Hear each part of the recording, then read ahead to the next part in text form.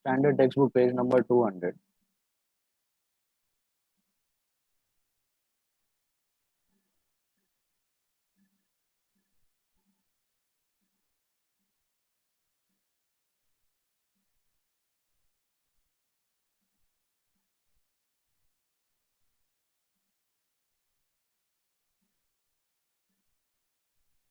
Chalo, turn on the videos, all of you. Off videos will be out. This is the first lecture. New topic. Come on. Bhavik, Shita, Shikha, Manan, Iya. चलो पहले objectives पे आ जाओ. Page number 200. Fill up. Select the most appropriate alternative. Benefit ratio is the ratio in which uh, benefit ratio is the ratio in which. What is the answer? यार मुझे पूछा. Driti.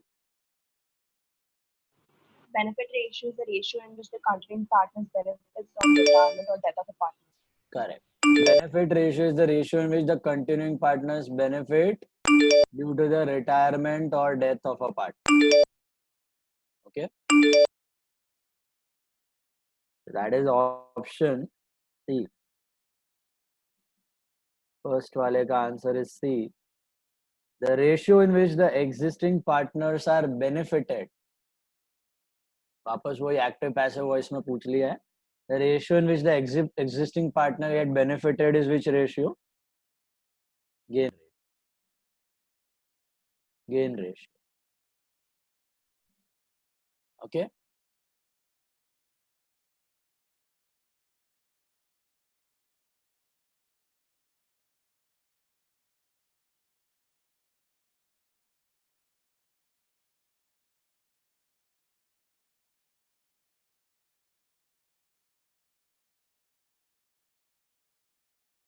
Just a second.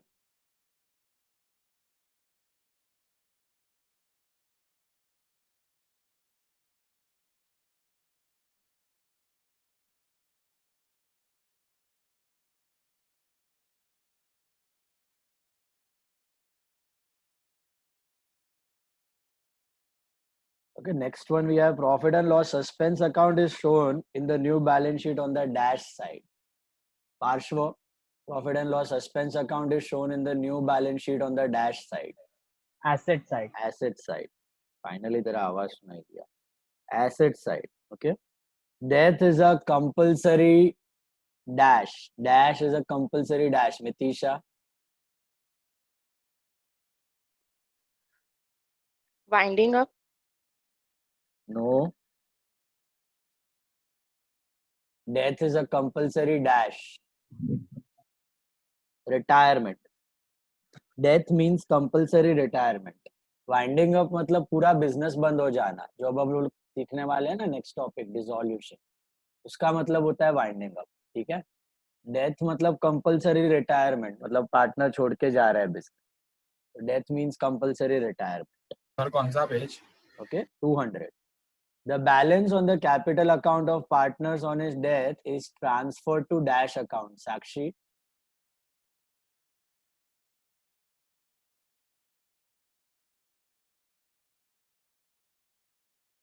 The balance on the capital account of partners on his death is transferred to dash account. Legal heir loan or executor. Legal heir or executor's loan account.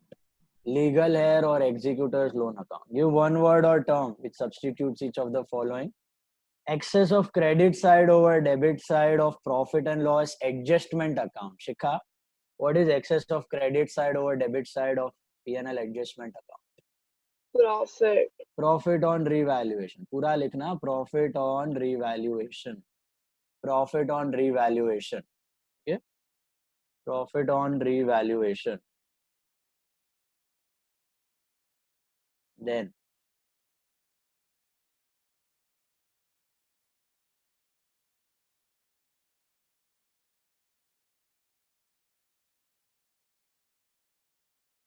Next one we have is person who represents the deceased partner on the death of a partner. Person who represents the deceased partner on the death of a partner. Meeti? Executor या फिर Legal heir or executor, okay? Legal heir or executor. Legal heir or executor.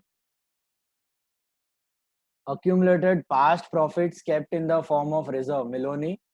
Accumulated past profits kept in the form of reserve. General reserve. General reserve. General reserve. Very good. The partner who died. The partner who died. Dhruvi Gala. The partner who died.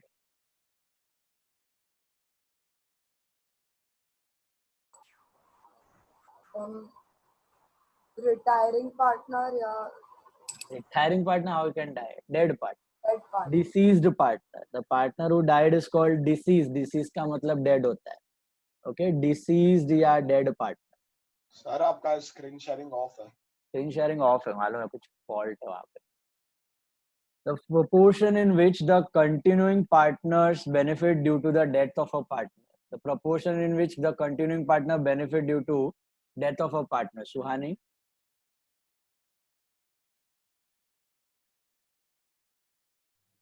Gain ratio. Gain ratio या फिर benefit ratio. Gain ratio. Perfect है. True or false? A deceased partner is not entitled to the goodwill of the firm. A deceased partner is not entitled to the goodwill of the firm. Devanshi? True or false? False. False. He is entitled to his share of goodwill. A deceased partner is entitled to his share of general reserve. Niyati? A deceased partner is entitled to his share of general reserve. True. True. मिलना ही चाहिए उसको. If goodwill, third one, if goodwill is written off, a deceased partner capital account is debited. If goodwill is written off, a deceased partner capital account is debited. Case 4. If goodwill is written off, if deceased partner capital account is debited. Ayushi?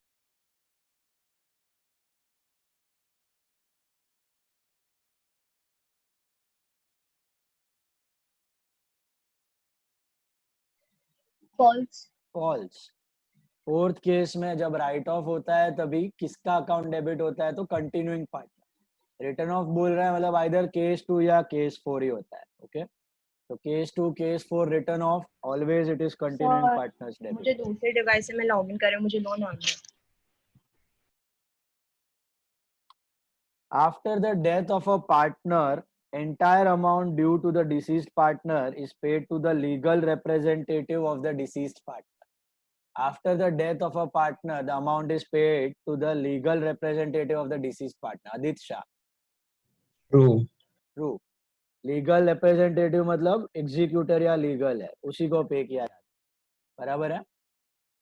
For recording profit और loss up to the date of death, profit and loss appropriation account is open. For recording the profit और loss up to the date of death, profit and loss appropriation account is open. हेत? False. False. Which account is opened? It's profit and loss adjustment. नहीं, wrong. So recording the profit or loss up to the date of death पूछा है, not on the revaluation of asset or liability. That goes to which account? Anyone?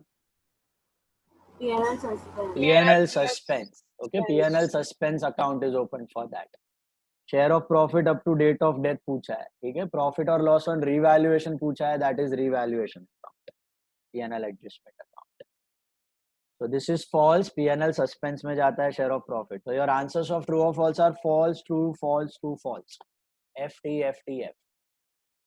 Fill in the blanks. Deceased partner's executor account is shown on the dash side of balance sheet. Deceased partner executor is shown on the dash side of balance sheet. Dhruv Passard, हाँ दिखाते हो executor account को? Liability. Liability side. Very good. क्योंकि business has to pay him. Liability side of balance sheet. Perfect. On the death of a partner, a ratio in which the continuing partner may get more share of profits in future is called as dash ratio. Future में जिस ratio में उनको ज्यादा share मिल गया, benefit हो गया, साची Gain ratio. gain ratio. Okay. Deceased partner share of profit up to the date of death is shown on the dash side of balance sheet. Dhwani, deceased partner का share of profit up to date of death is shown on dash side of balance sheet. Asset side, perfect. Asset side, that P&L suspense account is shown on the asset side of balance sheet. P&L suspense account is shown on the asset side of balance sheet. Is that clear? P&L suspense account is shown on the asset side of balance sheet. Okay, next one. Deceased partner share of profit is shown on the asset side. Okay. Benefit ratio is equal to new ratio dash. Manan Mehta. Benefit ratio is equal to new ratio plus gain ratio minus gain ratio. Minus की plus gain ratio की क्या है, पढ़ो ध्यान से. Plus, mostly plus. Mostly plus. New ratio plus gain ratio is benefit ratio. Very good. Keep it up. Jainam Shah, what do you think? Benefit ratio is equal to Less gain ratio. very good. Less gain ratio. Shabash. तुम भी wrong हो. Hiya Doshi. Benefit ratio is equal to new ratio. Old ratio. Plus की minus. Less. Minus की plus. Minus. New ratio less old ratio. Benefit और gain एक ही होता है ना. Use common sense. Come on. There are only three ratios: new ratio, old ratio, and benefit ratio. या gain ratio. So benefit ratio to new ratio minus old ratio. NR minus OR is GR. Okay, one silly mistake, gone 1 mark. 1000 students below. When goodwill is raised at its full value and is written off, dash account is to be credited. Vrushti. When goodwill is raised at its full value and written off, dash account is credited. Goodwill account is credited. Continuing partner to goodwill होता है, ठीक है? The goodwill account shall be credited. So your answers of fill-ups. पहले वाले का it is liability, second वाले का general gain ratio, third वाले का asset, चौथे वाले का it is new ratio minus old ratio, fifth वाला it is goodwill. Okay. Answer in one sentence. Ishita, what is gain ratio? It's a benefit ratio that the partner gets after the death of the partner. The ratio in which the old partners benefit due to the death of a partner or retirement of a partner. The ratio in which existing partner benefit due to the death or retirement of a partner. The ratio in which existing partners benefit due to the death or retirement of a partner. The ratio in which existing partners benefit due to the death or retirement of a partner. Second, in which ratio is general reserve distributed in case of death of a partner, Jui? In which ratio is general reserve distributed in case of death of a partner? Old ratio. Perfect, old ratio. General reserve goes in old ratio. Okay. Then next one is, to whom do you distribute general reserve on death of a partner? Vanshi, to whom do you distribute general reserve on death of a partner? To the remaining partners. Wrong, false, very wrong. Hena Satra, to whom do you distribute general reserve on death of a partner? All the partners. All the partners. Death or retirement mein all the partners. Existing profit belongs to all the partners in the old ratio. Okay. How death of a partner is compulsory retirement? How death of a partner is compulsory retirement? Logic is very simple. Since the partner exits the business permanently. Since the partner exits or leaves the business permanently, it's called compulsory retirement. Since the partner exits or leaves the business permanently, it's called compulsory retirement.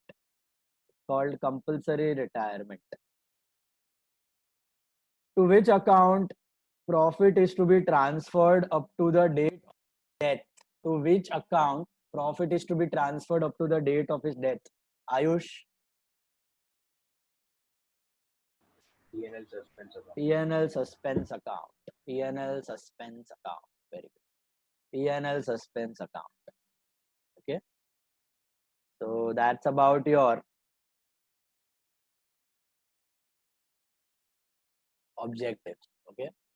So these are the objectives of death. Very easy. अभी next test आपका होने वाला है not this Saturday, next Saturday after 14 days. Okay.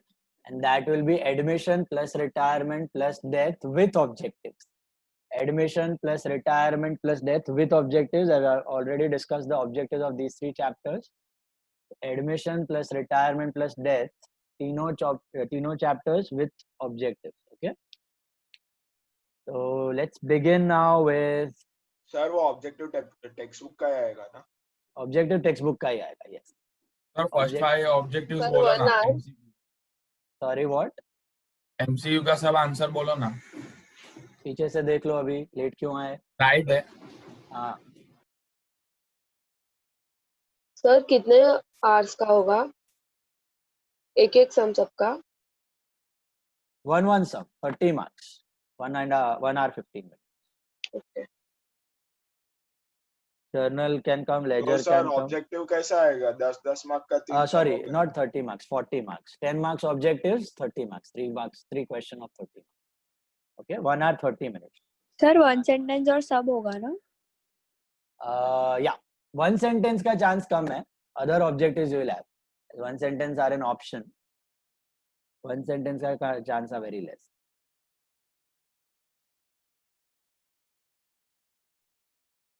Okay. 40 marks, 10 marks objectives. It may be fill-ups and commercial terms, 5 marks. It may be true or false and commercial terms. Anything come for that 10 marks. Okay. Fill-ups, true or false, commercial terms. Answer in one word.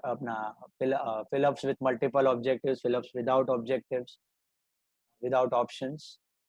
So 10 mark of that and 30 marks of 3 questions, 1 hour 30 minute duration, 40 marks.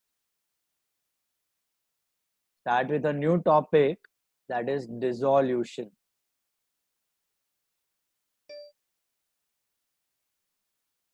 Now, begin.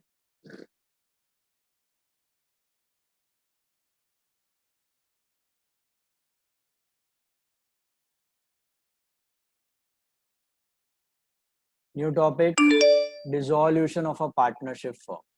Okay.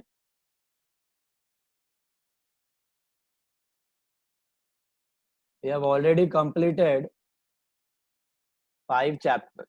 Okay. Final accounts हो गया अपना, bills of exchange हो गया है, admission हो गया, retirement हो गया, death हो गया है. With this, we have almost completed around 40 marks. Approx 40 marks. 40 marks of portion we have completed. Compulsory part में 40 marks का portion हो गया है. Final account का 15 mark का आपका question होता है. Final account is 15 marks. Okay. Bills of exchange usually अब तक का new pattern आया नहीं है. Okay. The pattern will be more or less similar as compared to the previous years, as there is only one topic change. Okay. As of now. So final accounts, 15 marks, BOE 10 marks, plus pro forma 5 marks. So that makes it 30.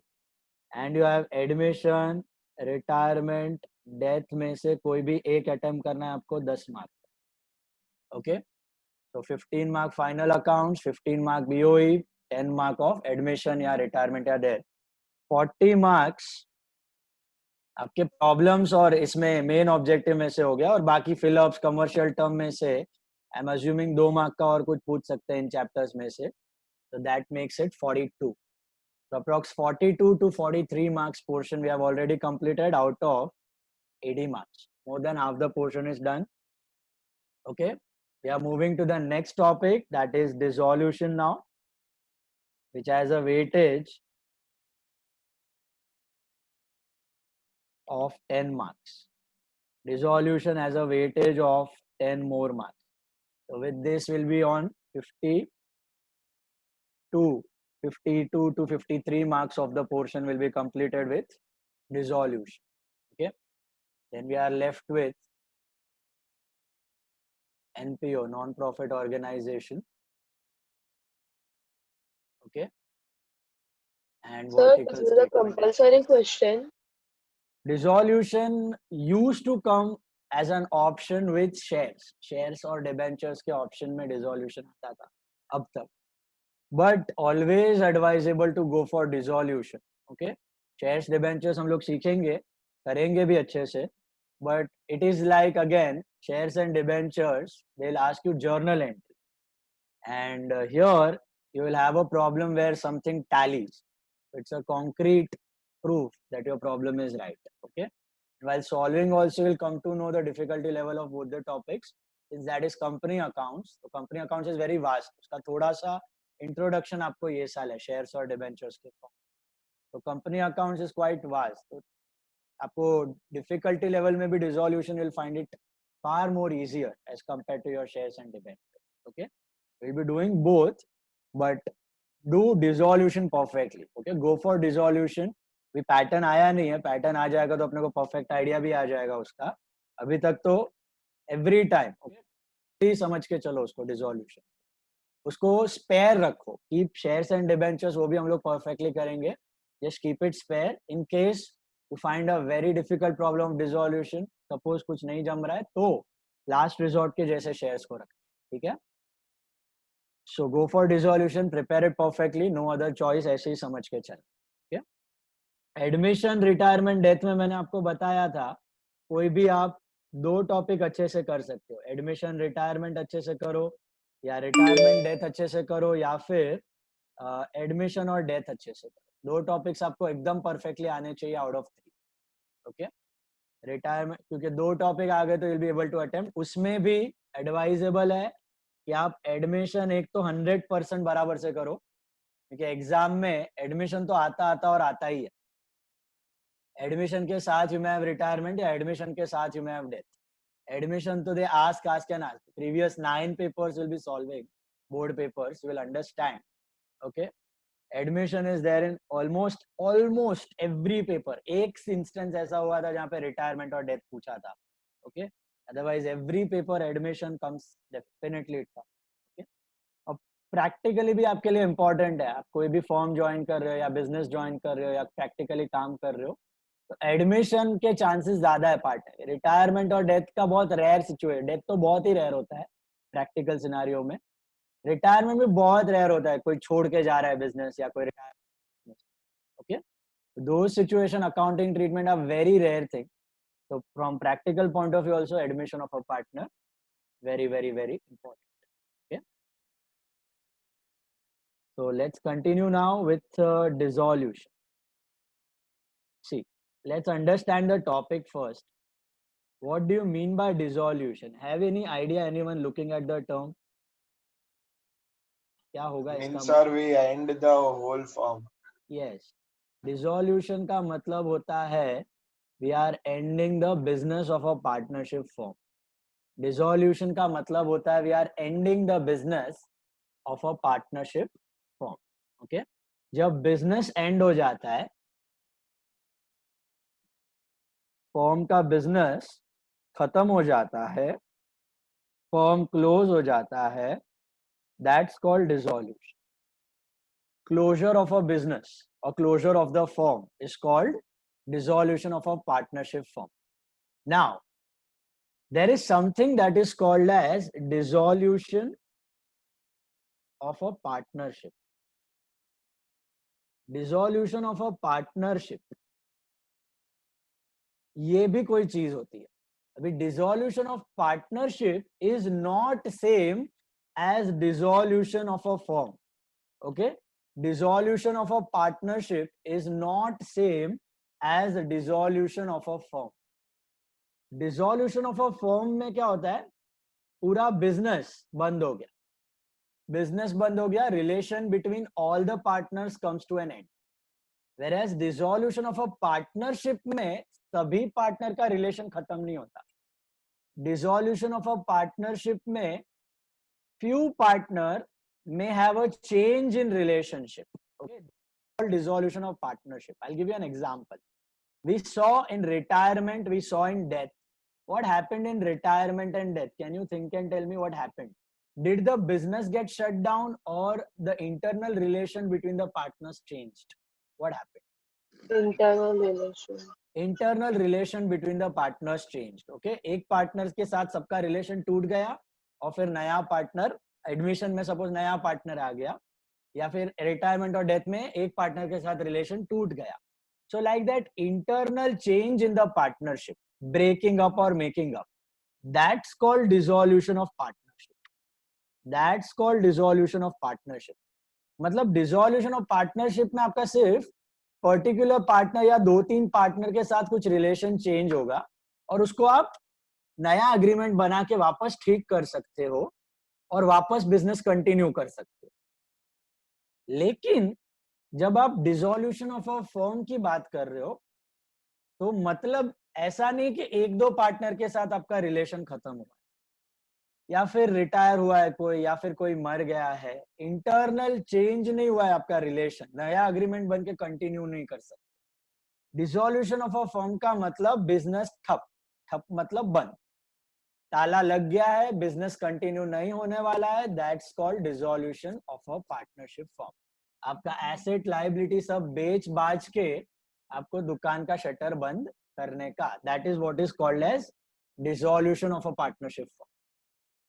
So basically dissolution of a partnership may or may not result into dissolution of a firm, but dissolution of a firm definitely results in dissolution of a partnership. Did you get this point? Dissolution of a firm definitely results in dissolution of a partnership, but dissolution of partnership may or may not result in the dissolution of a firm. Are you understanding this? क्या statement का मतलब समझ आया? अगर आपका partnership dissolve हो रहा है मतलब आपका इंटरनल रिलेशन किसी पार्टनर, एक पर्टिकुलर 2 पर्टिकुलर पार्टनर के साथ एंड हो रहा है, ठीक है, तो that may or may not amount to dissolution. मतलब अभी आपके अग्रीमेंट में ऐसे लिखा हुआ है कि कोई पार्टनर का डेथ हो गया तो हम कंटिन्यू करेंगे, तो फिर प्रॉब्लम नहीं है. लेकिन अग्रीमेंट में नहीं लिखा है कि डेथ होने के बाद कंटिन्यू करेंगे नहीं करेंगे मालूम नहीं है, तो फिर डिसॉल्व हो जाएगा, नो डाउट. अगर कोई भी पार्टनर ऐसे छोड़ के निकल जाता है, डेथ हो जाता है, तो business generally gets dissolve. Assume होता है कि बिजनेस बंद हो जाता है, बट प्रैक्टिकली पार्टनर अपने अग्रीमेंट में ऐसा क्लॉज डाल के रखते हैं कि कोई एक पार्टनर छोड़ के गया या कोई एक पार्टनर मर गया तो हम लोग बिजनेस कंटिन्यू करेंगे, हम लोग बिजनेस कंटिन्यू करेंगे. ओके, तो in this case dissolution of a partnership हो रहा है, इंटरनल रिलेशन 1-2 पार्टनर के साथ खत्म हो रहा है, दैट्स कॉल्ड पार्टनरशिप का dissolution. May or may not dissolution of the firm. कभी हो भी सकता है, अगर कुछ दिया नहीं है एग्रीमेंट में तो डेथ की वजह से भी आप फर्म डिसॉल्व कर सकते हो. ओके, रिटायरमेंट की वजह से भी कर सकते हो, बट अगर अग्रीमेंट में स्पेसिफाई करके लिख देते हो कि कंटिन्यू करेंगे तो डिसॉल्व नहीं होगा बिजनेस. बोलने का मतलब प्रैक्टिकली 1-2 पार्टनर के जाने आने से रिलेशन चेंज हो रहा है, आपका बिजनेस बंद नहीं हो रहा है. ठीक है, now okay, but dissolution of a firm के केस में आपका सभी पार्टनर का रिलेशन खत्म हो रहा है और बिजनेस बंद हो रहा है. Business is going to get shut down, it is not going to get continue. यहां तक समझ आया? डिसोल्यूशन ऑफ अ पार्टनरशिप और डिसोल्यूशन ऑफ अ फर्म, इसका डिस्टिंक्शन समझ आ रहा है? पक्का बैठ रहा है दिमाग में? Okay, all partner relation come to an end, business comes to an end, that is firm ka dissolution. Now, dissolution of a partnership firm, हम लोग जो टॉपिक करने वाले हैं that is dissolution of a partnership firm. अभी dissolution of a firm मतलब क्या? Business बंद करना है. क्यों होगा बिजनेस बंद? सोच के बताओ थोड़ा logically. Why will you shut down a business? Losses. Okay, losses. और एक किसी ने कुछ बोला? Bankruptcy, that is losses. Okay, so prime and utmost important for important reason for any business to shut down is obviously losses. अच्छा खासा growing business रहेगा या चल रहा हुआ business रहेगा, nobody is going to shut it down, right? So business का main reason is losses, continuous losses resulting in insolvency, bankruptcy. Okay, this is the utmost important reason due to which a partnership firm may get dissolved or closed. But apart from this, there are other reasons also due to which a partnership firm can be dissolved. Okay, what are the other reasons? Number one, yes, tell me. खुद की मर्जी, very good. Partnership at will बोलते हैं उसको. Partnership at will agreement में mention किया होता है कि पार्टनरशिप एट विल है, तो 15 दिन का नोटिस देके कोई भी पार्टनर डिसॉल्व करवा सकता है बिजनेस. ओके, पार्टनरशिप सर अगर क्लॉज में मेंशन हो कि between the part, disputes, yes very good, disputes between the partner, disputes between partner, झगड़ा हो गया, साथ में बिजनेस नहीं कर सकते, डिसॉल्व कर देंगे, वॉलंटरीली कर देंगे. Yes Krish, what are you saying? Sir अगर क्लॉज में मेंशन किया है कि एक भी पार्टनर रिटायर या डेथ से बाहर हुआ तो क्लॉज में मेंशन किया, ऐसा नहीं करेंगे कि रिटायर हुआ, डेथ हुआ तो डिसॉल्व करेंगे. ऐसा करेंगे कि रिटायर हुआ, डिसॉल्व हुआ तो कंटिन्यू करेंगे, क्योंकि एक्ट ही बोलता है कि अगर आपका रिटायर, डेथ हो गया तो ऐसे ही डिसॉल्व हो जाएगा फॉर्म. तो आपको डिसॉल्यूशन से बचने के लिए क्लॉज डालना पड़ेगा कि रिटायर और डेथ हुआ तो हम लोग कंटिन्यू करेंगे, ऐसा. सर ये पार्टनर एट विल 15 डेज का क्या बोला? Partner eight will, partnership at will का मतलब होता है कि अग्रीमेंट में दिया है कि this partnership business is partnership at will. तो पार्टनरशिप एट विल का मतलब कोई भी पार्टनर 15 डे का नोटिस देके, एडवांस नोटिस देके बिजनेस को बंद करवा सकता है. सर मर्जी का पार्टनरशिप. सर बट ऐसा एक पार्टनर नहीं कर सकते, उसको तीनों के साथ तो डिस्कस करना पड़ेगा. इसी को बोलते हैं पार्टनरशिप एट विल. अच्छा, मतलब तीनों एग्री हो तो ही वो कर सकते. नहीं, कोई भी पार्टनर अपने विल के हिसाब से 15 दिन पहले नोटिस देके पूरा बिजनेस बंद करवा सकता है, provided it is partnership at will.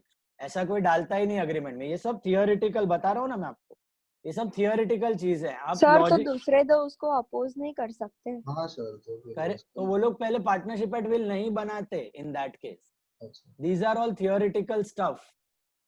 Okay, practically ये सब चीजें बहुत ही नेग्लिजिबल अमाउंट में होती है. प्रैक्टिकली आपका बिजनेस बंद होने का 99% रीजन ये होता है इंसॉल्वेंसी और लॉसेस. आप लॉजिकली सोचो ना, कौन ऐसा बिजनेस बनाएगा जो मर्जी से बंद हो जाए? कौन ऐसा बिजनेस बनाएगा, अच्छा बिजनेस चल रहा है तो कौन झगड़े करेगा आपस में, अपना ही पैर पे कुल्हाड़ी मारेगा, है कि नहीं? अच्छा, और एक होता है फिक्स्ड टाइम पीरियड की पार्टनरशिप. ये सब थियोरिटिकल आपके डिफिनेशंस आपको दिए, ओसी में भी आप लर्न करोगे. फिक्स्ड टाइम पीरियड की पार्टनरशिप, टाइप्स ऑफ पार्टनरशिप में ये सब आएगा आपको. फिक्स्ड टाइम पीरियड की पार्टनरशिप मतलब एक पर्टिकुलर टाइम पीरियड का पार्टनर, क्लॉज अग्रीमेंट में दिया होगा, partnership will last for 6 months, partnership will last for 1 year, partnership will last for 2 years. तो उतना ही टाइम पीरियड के लिए पार्टनरशिप बिजनेस चलेगा, उसके बाद डिसॉल्व. ओके, टेंशन लेने वाली बात नहीं है. अगर ये इनमें से कोई पार्टनरशिप है और डिसॉल्व हो गई तो the partner still got an option to form a new agreement and again continue the business. Are you getting this? तो आपका ऐसा नहीं है कि अरे बाप रे बिजनेस बंद हो गया ये वो. तो आप म्यूचुअली अग्री कर सकते हो, वापस नया अग्रीमेंट ड्राफ्ट कर सकते हो, वापस कंटिन्यू भी कर सकते हो. पार्टनरशिप का existence is on that agreement. Okay, partnership का existence is based on that agreement, partnership deed. अगर सभी पार्टनर को at any point of time agreement में चेंज करना है, कुछ डीड को चेंज करना है म्यूचुअल कंसेंट से, कर सकते हैं. और ऐसा जरूरी नहीं है कि पहले तुमने 4 महीने की पार्टनरशिप डिसाइड की थी, अभी 4 महीने हो गए, अभी बंद ही करेंगे और अलग अलग ही जाना है. कोई तुम पे हुक्म नहीं चलाने वाला है, तुम्हारा मर्जी है, तुम पार्टनर्स हो, तुमको वापस करना है एग्रीमेंट, ठीक है, ये एग्रीमेंट को कैंसिल करो, नया एग्रीमेंट बनाओ, रजिस्टर करवाओ और वापस कंटिन्यू करो business. It's not at all a big deal in practical business. Are you getting the point? Okay, सबसे बड़ी प्रॉब्लम कब आएगी? जब आप इंसॉल्वेंट हो, जब आप बैंकरप्ट हो, आपके पास पैसे ही नहीं है उधार चुकाने के लिए.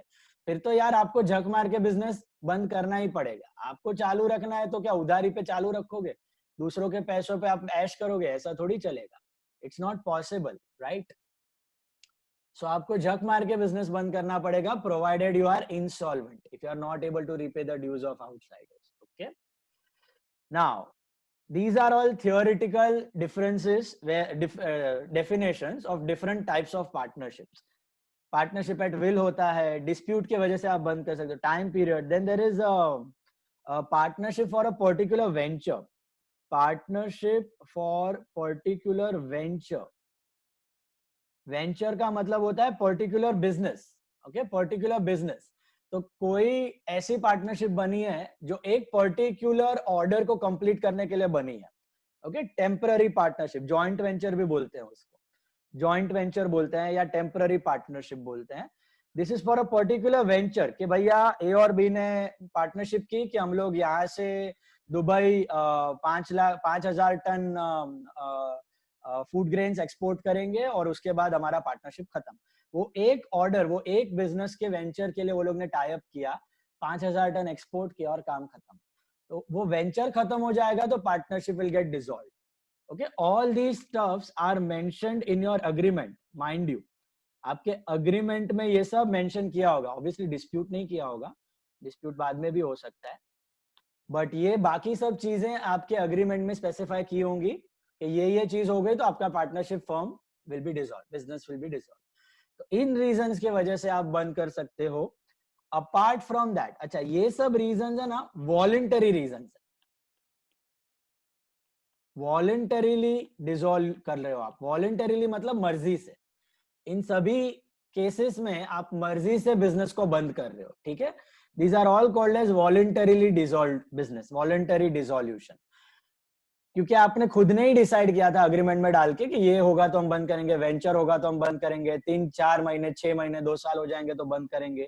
ओके, मर्जी से बंद करेंगे. तो ये सब वॉलंटरीली डिसॉल्व बिजनेस है, voluntary dissolution. There is something that is called as involuntary dissolution या कंपल्सरी डिसॉल्यूशन. इनवॉलंटरी या कंपल्सरी डिसॉल्यूशन ये भी हो सकता है. ये कब होगा कोई बता सकता है? इनवॉलंटरी या compulsory dissolution. Lack of capital mostly in case of losses. Sir government का कुछ आया तो. हाँ, जो मैं आपको फर्स्ट एग्जांपल दिया ये वाला, यहाँ पर ये लॉसेस, इंसॉल्वेंसी या मोक्षित सेड गवर्नमेंट का. अगर आपने गवर्नमेंट के टैक्सेस नहीं भरे हैं, ओके, बहुत सालों से आप टैक्स इवेड कर रहे हो, कर तो रहे हो प्रॉफिट, लेकिन टैक्स नहीं भर रहे हो, तो गवर्नमेंट आपका बिजनेस कंपल्सरीली शट डाउन करवा सकता है वाया कोर्ट.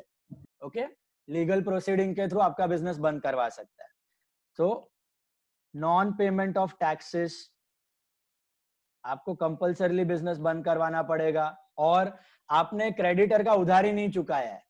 ओके, आप तो कर रहे हो बिजनेस मस्त में प्रॉफिट करके, विजय माल्या, नीरव मोदी के जैसे, लेकिन आपने अपने बैंकर्स, अपने लोन्स को चुकाया नहीं है और मजे में जिंदगी जी रहे हो, मजा कर रहे हो. सो दैट इज अगेन, आपके creditors can go to court and they can compulsorily shut down your business.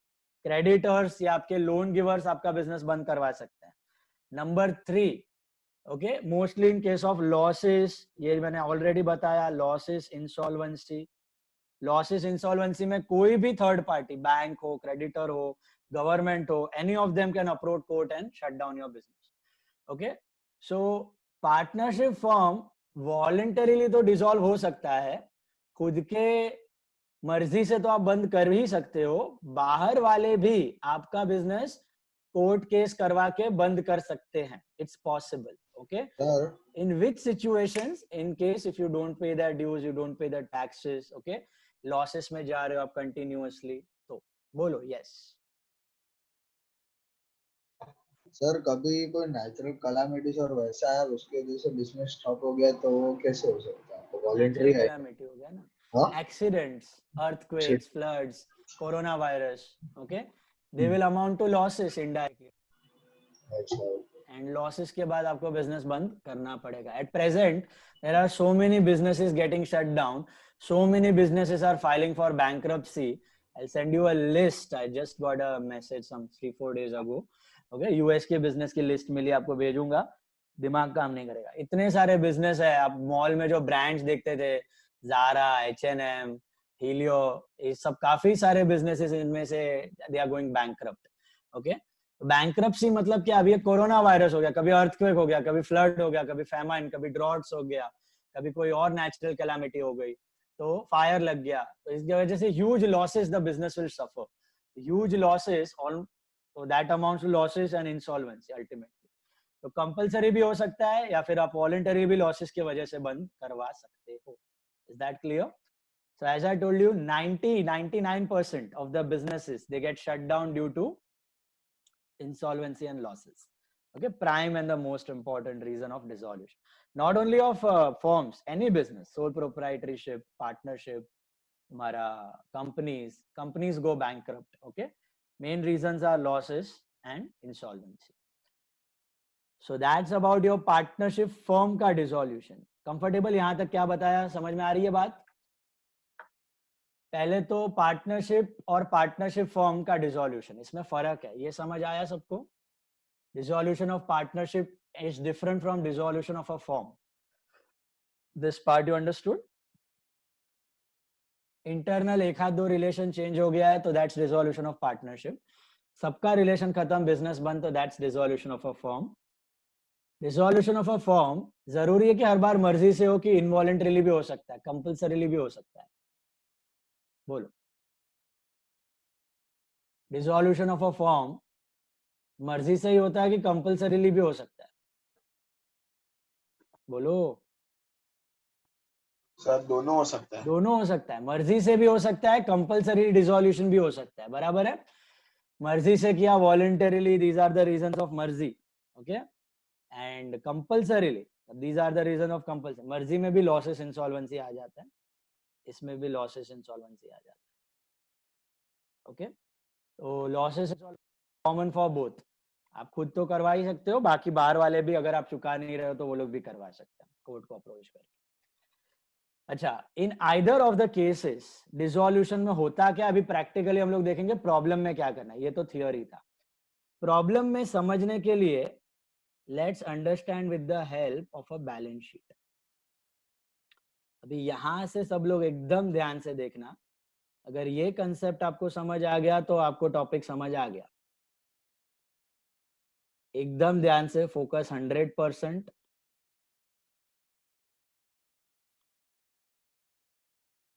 This is the actual process of dissolution.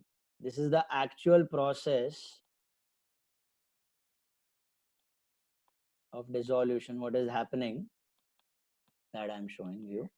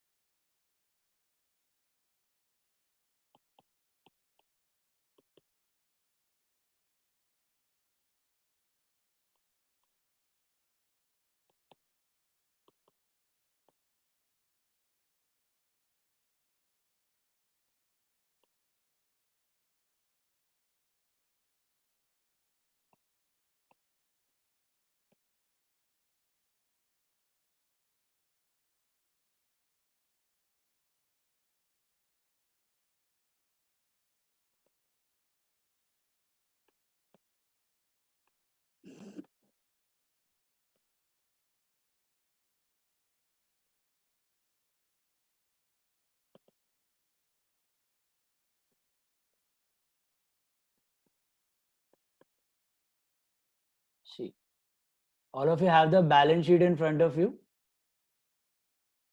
This is 80, 90, 1,20,000.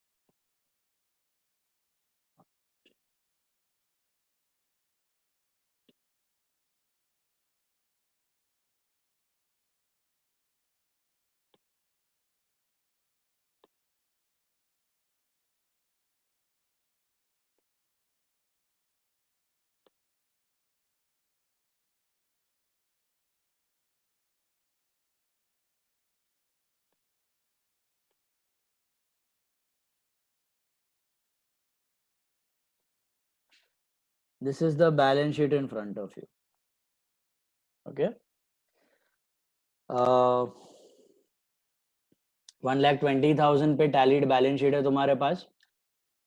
अभी ये जो हम लोग कर रहे हैं, और आपको चैप्टर्स में mostly you have two types of dissolution.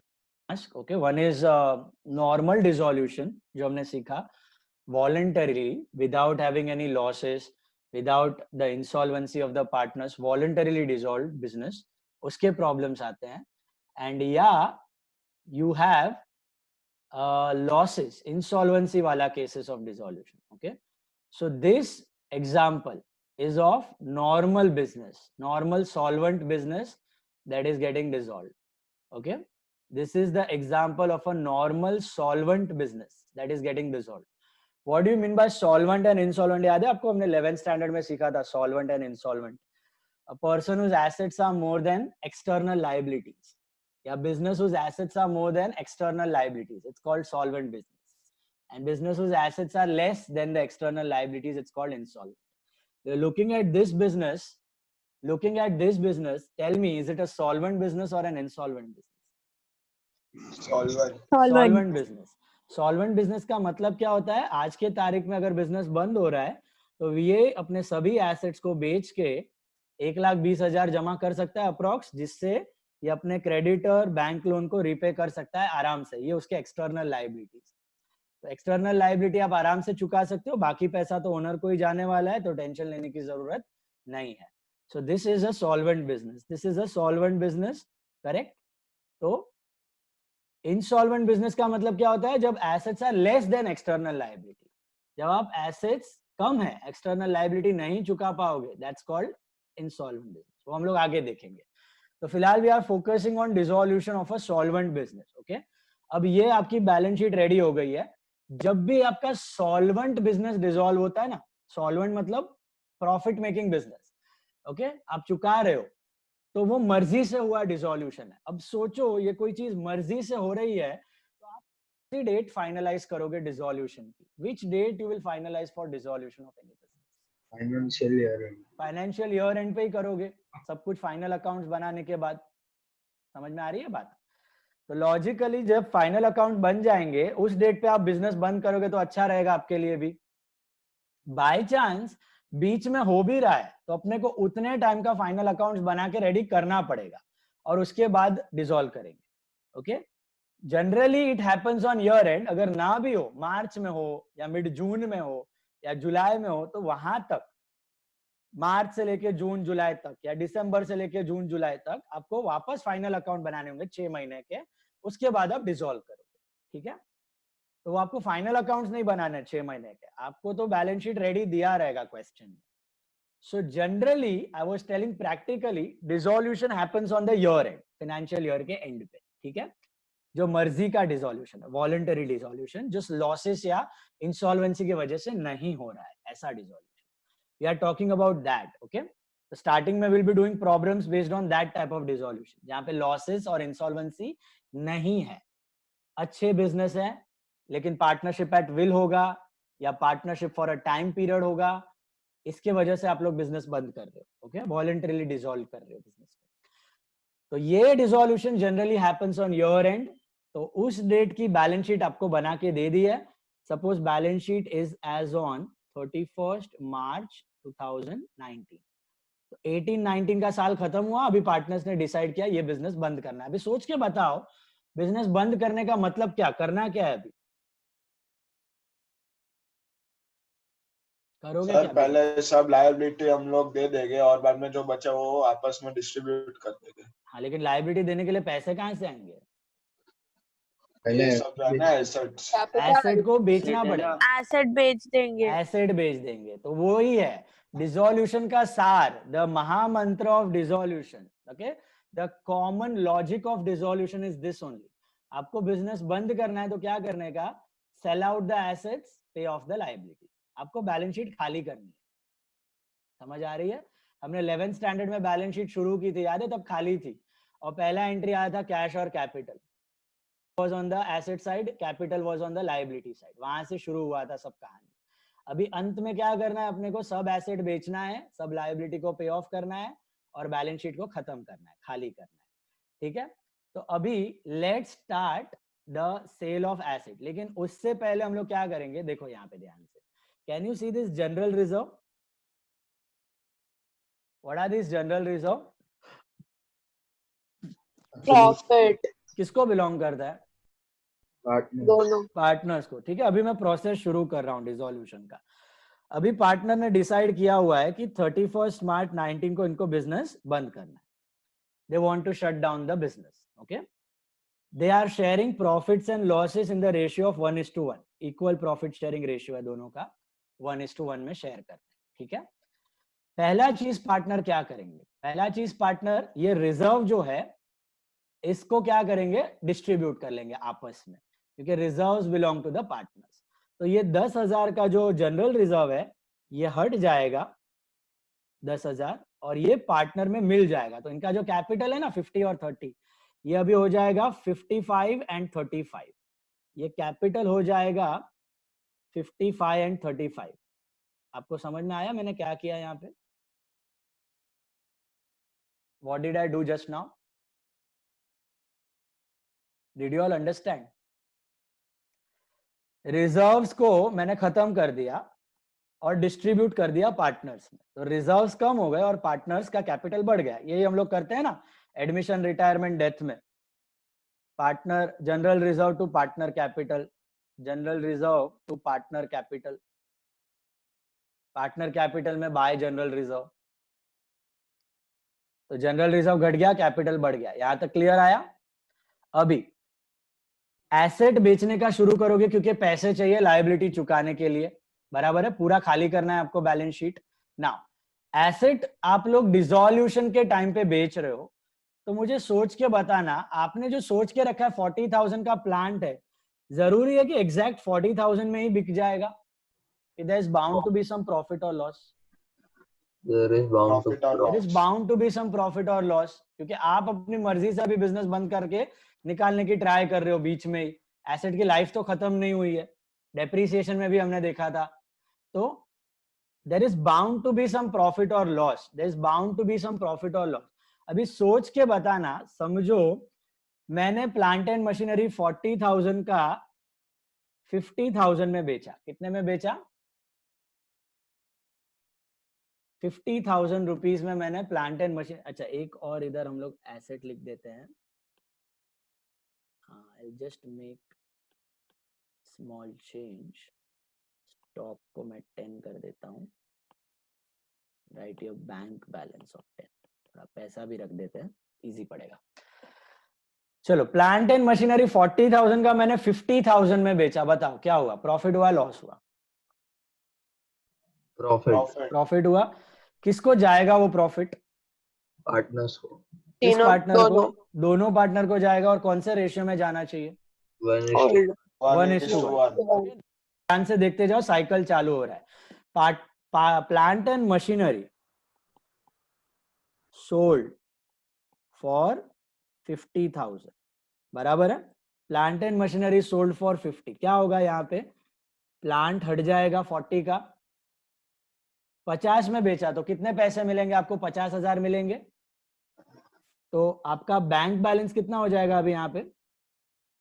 60,000 हो जाएगा। और 10 का प्रॉफिट हुआ, किसको बिलोंग करेगा वो प्रॉफिट? पार्टनर। दोनों 5-5 डिस्ट्रीब्यूट कर लेंगे, तो दोनों का प्रॉफिट अभी कितना? दोनों का कैपिटल कितना हो जाएगा अभी? 60-40। 60 और 40। 60-40 हो जाएगा। Clear with the first example? Next, furniture 30,000 का था, 20,000 में बिका। फर्नीचर को जब हम बेचने गए, पहले तो हम पैसे जमा कर रहे हैं। Furniture sold for 20,000। अब क्या हुआ? प्रॉफिट हुआ, लॉस हुआ? फर्नीचर 30 का 20 में बेचा, बोलो। लॉस हो गया 10,000 का। अब क्या होगा यहाँ पे? सीन क्या होगा? Furniture will go away, bank balance will increase और decrease? Increase by how much? 20,000। Bank balance will increase by 20,000 क्योंकि 20,000 रुपए मिले हैं आपको। और 10,000 का लॉस हुआ, तो लॉस कौन शेयर करेगा? Partners partner capital in which ratio, profit sharing ratio, तो 5,000 दोनों शेयर कर लेंगे। कैपिटल कितना बन जाएगा इनका? 55-35 55-35। Are you all with me till this point? Then stock बेचने गए, स्टॉक बिका अपना 12,000 रुपए में। स्टॉक बेचने गए, स्टॉक बिका अपना 12,000 में। Stock sold for 12,000। क्या हुआ? प्रॉफिट हुआ कि लॉस हुआ? प्रॉफिट प्रॉफिट हो गया। तो स्टॉक चला गया 10 में, 10 का स्टॉक गया और 12, तो बैंक बैलेंस अभी 80 का था, 80,000 था, अभी हो जाएगा 92,000 पैसे आ गए तो। और प्रॉफिट कितने का हुआ? 2,000 रुपया, जो 1,000 ये लोग शेयर करेंगे। तो अभी कैपिटल कितना बन जाएगा इनका? 56 and 36। Agree? Bills receivable honour हुआ सेम वैल्यू पे, जितने का था उतना ही पैसा आ गया 5,000। No profit no loss. तो क्या होगा अभी बताओ जरा सोच के? बिल्स रिसीवेबल जाएगा और जाएगा बैंक में ऐड होगा। और बैंक में ऐड हो जाएगा। कितना ऐड हो जाएगा? 5,000. 5,000। So this will become 97. 97,000. Are you all with me? अच्छा, इसमें कोई प्रॉफिट लॉस नहीं हुआ तो आई थिंक सेम रहेगा capital. Capital will not change. यहां तक मैंने क्या किया समझ आ रहा है आपको? एग्जिस्टिंग रिजर्व को डिस्ट्रीब्यूट कर दिया पहले, ठीक है। उसके बाद एसेट बेच रहा हूं, एक एक करके एसेट बेच रहा हूं। किसी पे प्रॉफिट हो रहा है, किसी पे लॉस हो रहा है। प्रॉफिट है तो कैपिटल में बढ़ा रहा हूं, लॉस है तो कैपिटल में घटा रहा हूं, और पैसा उतना बैंक में ऐड कर रहा हूं जितना जितना सेल वैल्यू हुआ। ओके, नाउ डेटर्स, डेटर्स पे आपका समझो, डेटर्स जब रियलाइज हुआ तो 4,000 का बैड डेट्स हो गया। 4,000 का बैड डेट्स हो गया, हाथ में 21,000 ही आया। आपको कितना आया? 21,000। तब क्या होगा यहाँ पे? डेटर गया, हमने बोला जो दे रहा है दे, हमें बिजनेस बंद करना है। हाथ में कितना आया? 21,000 आया। हाथ में कितना आया? 21,000। सो ये बैंक बैलेंस कितना हो जाएगा? 1,18,000 हो जाएगा। 97 + 21 और 4,000 का बैड डेट्स लॉस हो गया, right? Who will share this loss? Partners. Partners 2,000 share कर लेंगे तो कितना हो जाएगा capital? 54-34 54 and 34। Are you all with me? 54 and 34 हो गया। अभी बात आ गई, पैसे तो आ गए। हाँ, क्या हो गया? 34। अभी क्या करना है? पैसे आने के बाद क्या करना है? लायबिलिटीज को चुकाना है। अभी लायबिलिटीज के चुकाने में भी कुछ गेन लॉस हो सकता है। फॉर एग्जाम्पल, आपको बैंक लोन चुकाना है 20,000, लेकिन बैंक लोन वाला बोला मेरा ब्याज भी जमा है 2,000, मेरा इंटरेस्ट जमा है, पे मी 22। हम बोलेंगे ठीक है, आपको 22 देना है, बराबर बनता है, 22 दे देंगे। तो how much are we paying the bank loan now? 20 और 22? लेकिन सर वो तो बैलेंस शीट में दिया होगा ना, आउटस्टैंडिंग इंटरेस्ट ऐसा। हाँ, सपोज नहीं दिया है, बाकी है तो। दे दिया है तो प्रॉब्लम नहीं है, नहीं दिया है तो suppose, okay. Just like in case of admission, sometimes it used to occur some outstanding liability, some outstanding expense. Suppose दिया है तो suppose आपको बैंक लोन को 20 के जगह 22 देना पड़ गया, तो आप कैसे चुकाओगे? अभी बैंक लोन तो चला जाएगा पूरा 20 का। पे कितना किया हमने उसको? 22 पे किया। इंटरेस्ट हमने सपोज रिकॉर्ड नहीं किया था, वो भी पे कर दिया। तो अभी 22 से बैंक बैलेंस बढ़ेगा कि घटेगा? घटेगा। घटेगा बैंक बैलेंस मेरा। अरे एक मिनट, ये टोटल अभी 1,18,000 है यहाँ पे। 1,18,000 से 22,000 घट जाएगा तो कितना हो जाएगा? अभी 96,000 हो जाएगा। 96,000 हो जाएगा। और लॉस हुआ ना अपना, कि प्रॉफिट हुआ, लायबिलिटी ज्यादा प्राइस पे चुकाई हमने। Is it our gain or loss? It's our loss। तो लॉस अगेन 4,000 है तो 2,000 पार्टनर शेयर कर लेंगे, तो कितना होगा यहाँ पे? 52 और 32। उसके बाद क्रेडिटर के साथ सेटलमेंट किया। क्रेडिटर 5,200 हो गया। क्या 5,000? अच्छा, कैपिटल ए का 52 सर, ये और 4,000 का लॉस कैसे हुआ? 4 नहीं, सॉरी 2 का ही लॉस 2 है। हाँ, 2 का लॉस था, 2 का लॉस था। तो 53 और 33, 53 और 33 2 का लॉस है। 20 का 22 रिपे किया है, 2,000 का लॉस है। And the last item is creditor. Creditor को मांडवली क्या बोला, डिस्काउंट दे थोड़ा सा, अभी हम लोग बिजनेस बंद कर रहे हैं. क्रेडिटर बोला ठीक है आप लोग 6,000 पे कर दो मेरे को. कितना पे कर दो? 6,000. 4,000 का डिस्काउंट. अब क्या करोगे? 4,000 कम प्राइस पे चुकाया तुमने लायबिलिटी, तो क्या हो गया? क्रेडिटर गया यहां से, creditor paid of, bank loan को तुमने दिया 22,000 और क्रेडिटर को तुमने दिया 6,000, 6,000 दिया. तो क्रेडिटर तो चला गया और बैंक बैलेंस बढ़ेगा कि घटेगा? तो आई थिंक घट जाएगा. कितना हो जाएगा बैंक बैलेंस मेरा? 90,000 हो जाएगा. 6,000 मैंने रीपे कर दिया. और 4 का क्या हुआ? गेन हुआ कि लॉस हुआ? गेन हुआ. गेन हुआ. तो गेन शेयर कर लेंगे पार्टनर्स. कितने के शेयर कर लेंगे? अभी ये हो जाएगा 2,000 शेयर करके 35 और 55. करेक्ट. हमने बाकी पूरी बैलेंस शीट खत्म कर दी. यही होता है प्रैक्टिकली कोई भी डिसोल्यूशन में. अनिल अंबानी की कंपनी बैंकरप्ट हुई, विजय मल्ल्या का डिसोल्यूशन हो रहा है, एयर इंडिया का भी सेल हो रहा है. ओके, कोई भी, एयर इंडिया तो अभी भी चल रही है, बैंकरप्ट नहीं हुई है.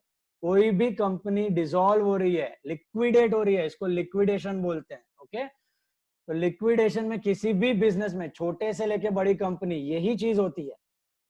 Cell out the assets and you pay off the liability. अभी हमने एक एक करके सब लायबिलिटी चुका दी है. अब ये 90,000 किसको बिलोंग करता है अल्टीमेटली? पार्टनर्स को बिलोंग करता है. तो बिजनेस के लिए याद है फर्स्ट लेक्चर समझाया था, capital is an internal liability, right? Business and businessmen are two separate entities. Internal liabilities capital. Business has to repay it back to partner. कब चुकाएगा? जब बंद हो जाएगा. अभी बिजनेस बंद होने वाला है. अभी बिजनेस बंद होने वाला है, तो जो पैसा बचा है that will be repaid back to the partners. तो ये पार्टनर को हम लोग चुका देंगे. Business will repay this 90,000 to the partners and your balance sheet is empty. And your balance sheet is empty. That's your dissolution. ए लेके जाएगा 55, B लेके जाएगा 35. बुक का बैंक अकाउंट खाली, बुक में से कैपिटल अकाउंट खाली, सब कुछ खाली. Is this clear? कंसेप्ट समझा? कोई भी डिसोल्यूशन हो, कोई भी डिसोल्यूशन हो, सब में, सब 100 बात की एक बात. बात क्या है? सब कोई भी डिसोल्यूशन कर रहे हो तुम लोग, सबका ultimate thing is one and the same. Ultimate चीज सबका वन एंड द सेम है. क्या है? एसेट बेचो, पैसे इकट्ठा करो, लायबिलिटी पे ऑफ करो, और बचा हुआ पैसा कैपिटल को दे दो. सर इसमें कोई ऐसा नहीं हो सकता है कि अगर डिसॉल्व हो रहा है तो फर्नीचर घर पे लेके गया? यस यस यस, वो भी होगा. उसको बोलते हैं टेक ओवर. उसको बोलते हैं टेक ओवर. यहां तक समझ आया? टेक ओवर भी करेंगे हम लोग, हो सकता है. लॉजिक बहुत सिंपल है उसका.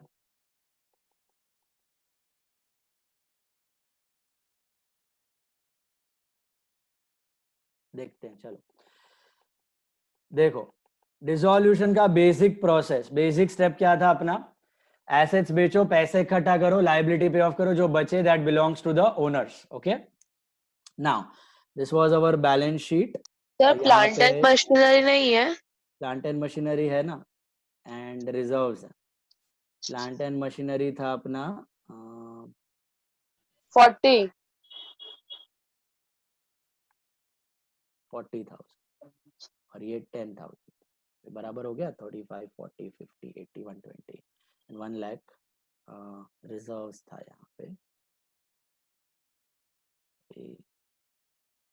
ये था 50, ये था 30, ये था reserves. Okay, now understand this one. Okay,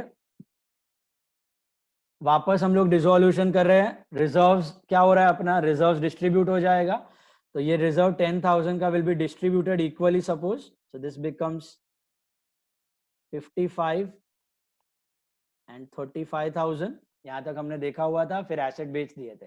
अभी now Mokshit asked that suppose कोई एसेट टेक ओवर हुआ, तो सपोज कोई एसेट पार्टनर लेके गया तो पॉसिबल है, कोई एसेट पार्टनर लेके जा सकता है या कोई लायबिलिटी पार्टनर लेके जा सकता है, जो हमने एडमिशन रिटायरमेंट में किया था। तो let's take that example. Dissolution के वक्त ए ने बोला कि मैं स्टॉक टेक ओवर कर रहा हूं 8,000 रुपए में। क्या कर रहा हूं? स्टॉक को टेक ओवर कर रहा हूं 8,000 रुपए में। मतलब A is taking away the stock from the business. तो हम लोग ने बेचा नहीं है, ए को उठा के दे दिया। तो जैसे ए को पैसे देते थे उसके जगह उसको स्टॉक उठा के दे दिया। तो what will be the change in my balance sheet? Can you tell me? Sir stock चला जाएगा और ए का 45 हो जाएगा। ए का 45 हो जाएगा कि 65 हो जाएगा? 45 45 हो जाएगा। Are you understanding this? हमने इनडायरेक्टली क्या किया? ए को सेटल किया। कैश दिया होता तो कैश कम होता, तो स्टॉक कम हो गया। और कितने में टेक ओवर किया है? 10 का स्टॉक उसने 8,000 में टेक ओवर किया है, not for 10। He has taken it over for 8,000। Stock is taken over suppose for 8,000। तो 2,000 का लॉस हो रहा है बिजनेस का, और ए को कितने में दिया हमने? 8,000 में दिया है। तो ए का कैपिटल कितने से कम होना चाहिए? 10,000 से कि 8,000 से? 9,000 ना, लॉस भी आएगा। लॉस बाद में करते हैं, पहले 8,000 से कम होगा। हाँ। Agree all of you? 10 का स्टॉक 8 में लेके जा रहा है, मतलब ए बोल रहा है कि मैं इसको 8 में ही बेचूंगा, मेरे को 8,000 ही मिलने वाला है। तो बिजनेस बोला ठीक है 8 में लेके जा। तो बिजनेस से ए इज टेकिंग ओवर फॉर 8। तो स्टॉक तो गया 10 का, लेकिन ए का capital will get reduced by 8,000। So this will become 47,000। और 2 का क्या हुआ? लॉस हुआ है। 2 का लॉस कौन शेयर करेगा? Who will share this loss? दोनों शेयर करेंगे as 1,000 each, right? Both the partners will share this loss as 1,000 each. So इसका कैपिटल में 47 के जगह 46 और इधर हो जाएगा 34। ये होगा। Take another example. Furniture of 30,000। Furniture बोल रहा है बी मेरे घर पे फर्नीचर की जरूरत है, मैं लेके जाता हूँ। बी बोल रहा है मेरे घर पे फर्नीचर की जरूरत है, मैं लेके जाता हूँ। बिजनेस ने बोला कि हम लोग बाहर फर्नीचर बेचेंगे तो हमें 34,000 मिलेगा, हम लोग तेरे को भी देंगे तो 34 में देंगे, चलेगा तो लेके जा।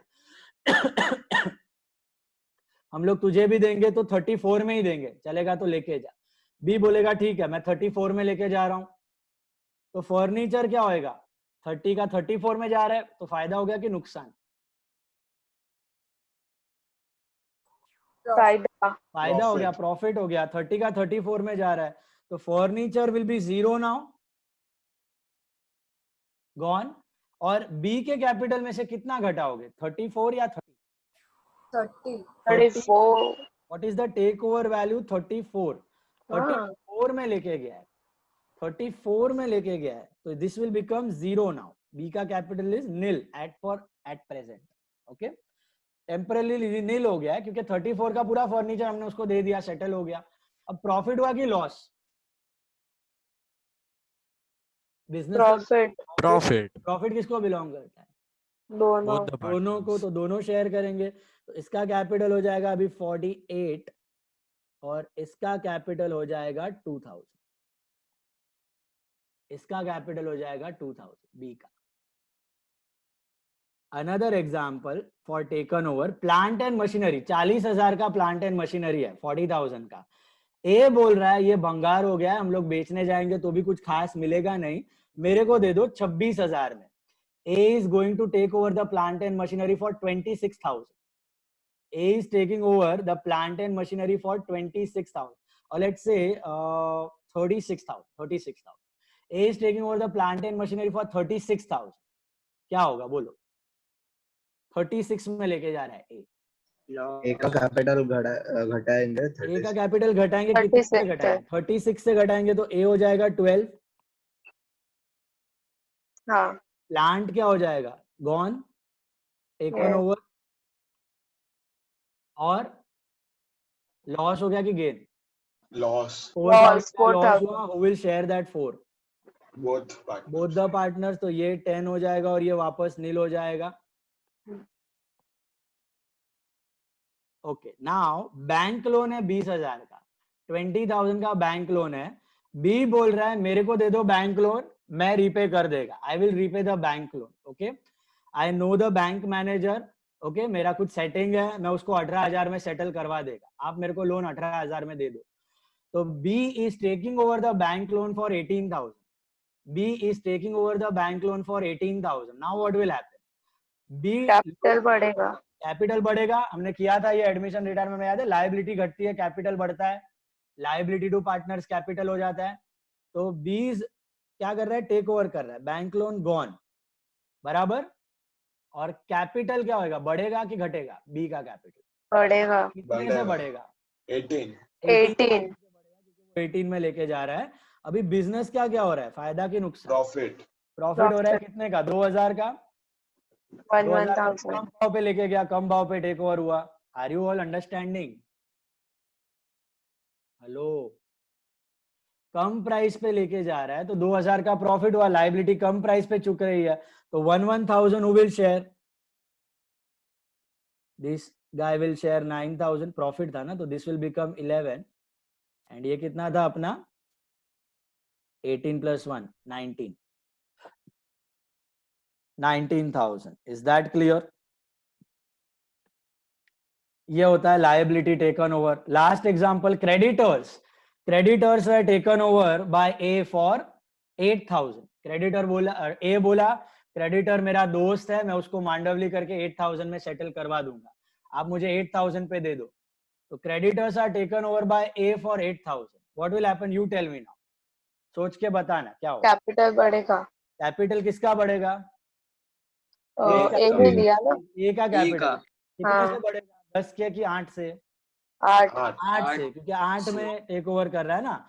तो बिजनेस बोलेगा ठीक है, हम लोग क्रेडिटर को 10 देने के बदले तुझे 8 देंगे, तो क्रेडिटर का 10 कम कर देंगे और इसका 8 बढ़ा देंगे, इसका 8 बढ़ा देंगे, तो इधर हो जाएगा 19,000। अब प्रॉफिट हुआ कि लॉस? प्रॉफिट। प्रॉफिट 1,000 दोनों शेयर कर लेंगे प्रॉफिट, तो दोनों का कैपिटल अभी कितना हो जाएगा? 20 and 20,000 rupees. Is that clear? Sir 1,500 आएगा ना, 11 का 8 में किया, 10 का 8 में दिया, 10,000 था क्रेडिट। हाँ बराबर। क्रेडिटर वॉज 10 का 8 में पे ऑफ किया। बैंक लोन 20 का 22 में गया, 20 का 18 में गया इन दिस एग्जांपल, और क्रेडिटर 10 का 8 में गया। तो टेक ओवर का मतलब कंसेप्ट बैठ रहा है दिमाग में आपको? जब भी take over, asset taken over entry आता है, कैपिटल टू एसेट, कैपिटल घटा, एसेट घटा, gone out of the business. And liability taken over में लायबिलिटी घटी, कैपिटल बढ़ा, लायबिलिटी कम हो गई, कैपिटल को पैसा देना बढ़ गया। वही चीजें यहाँ पे हो रही है, और लास्ट में वापस सेम पैसे जो होंगे। सर तो ऐसा भी हो सकता है ना कि एक पार्टनर बोले कि मैं लायबिलिटी को चुका देता हूँ, वो समझो वही मतलब जो 10,000 का वैल्यू है उसने बिजनेस से 10,000 का ही लिया, और सामने क्रेडिटर रहेगा तो उसको 8,000 में बेचा, तो खुद का 2,000 का प्रॉफिट किया। हो सकता है, यस पॉसिबल। उसका पर्सनल प्रॉफिट होगा, फिर बिजनेस में नहीं आएगा वो, बराबर है। लेकिन ऐसा झोल कभी कोई करने देता नहीं है। डिसॉल्यूशन के वक्त सब लोग शाना रहता है, ओके। तो उसको ऐसा कुछ फायदा होने वाला है तो they will try to find it out in advance, and पहले ही उसको निचोड़ लेंगे और पहले ही कम प्राइस पे दे देंगे, okay. So it is possible, but what you said, उसने सेम प्राइस पे टेक ओवर किया और बाद में जब रीपे किया तभी उसको फायदा हो गया। वो इंडिविजुअल पार्टनर का बेनिफिट है, ओके। सो ये होता है आपका प्रोसेस ऑफ डिसोल्यूशन। बैठ रहा है दिमाग में क्या हो रहा है यहाँ पे? कुछ नहीं है, बहुत सिंपल है ना। जिस्ट अगर आपको समझना है तो क्या हो रहा है? Business is getting shut down, business is getting shut down. So you are, what are you supposed to do? You are supposed to sell out the assets, raise the money and pay off the liabilities. Which liabilities? External वाला। उसके बाद जो बचा उससे आपको capital को pay of करना है। खादू पीदू राज की दू, बैलेंस शीट खाली। बीच में जब भी कोई एसेट पे प्रॉफिट या लॉस होता है या लायबिलिटी पे प्रॉफिट या लॉस होता है, that goes to all the partners in the profit sharing ratio. Is this part clear? Now we'll take one problem. Along with the problem I'll explain. Take the very first problem of the sheet. First problem of the sheet, dissolution.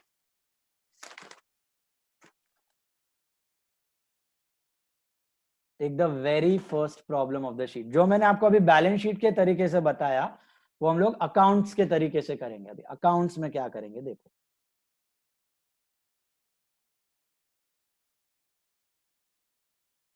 First problem, every problem will definitely have 3 accounts. 3 accounts बनाने हैं आपको हर dissolution के problem में। First is realisation account, then you have partners capital account and cash और bank account. Alignment कैसे करना है, लेफ्ट हैंड साइड पे 3/4, लेफ्ट हैंड साइड पे 3/4 में आपको रियलाइजेशन अकाउंट बनाना है। लेफ्ट हैंड साइड पे 3/4 में आपको रियलाइजेशन अकाउंट बनाना है। In the books of heart love and mind, in the books of heart love and mind, okay. 3/4 left hand side पे you have to make realization account. Right hand side पे 1/3 में you have to make partners capital and बाकी 1/3 में you have to make bank. आपका जगह बच जाएगा नीचे, वर्किंग नोट वगैरह कुछ करना है तो 1/3 में you need to make partner capital depending on the number of partners. Sir मतलब 2 पेज में होगा ना? 2 साइड्स पे होगा, yes, 2 sides. You can take left hand side and right hand side so that sum आपको एक ग्लैंस में पूरा दिख जाए। 1/3 साइड पे, राइट हैंड साइड पे 1/3 पे you will make partners capital account and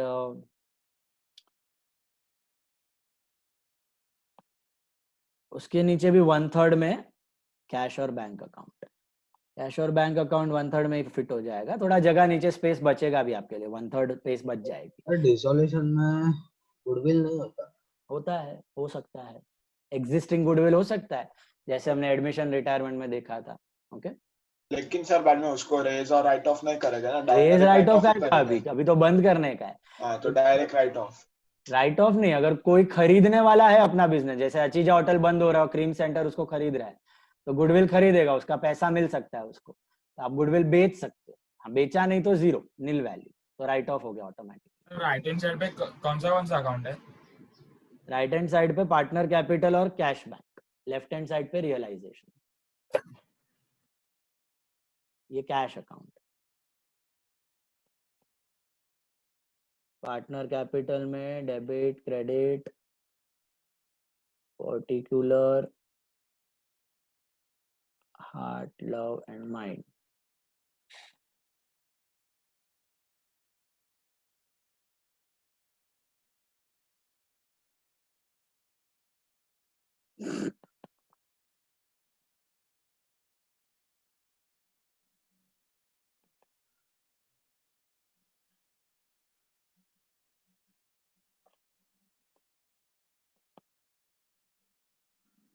और इधर है रियलाइजेशन अकाउंट, इसको बोलते हैं realisation account.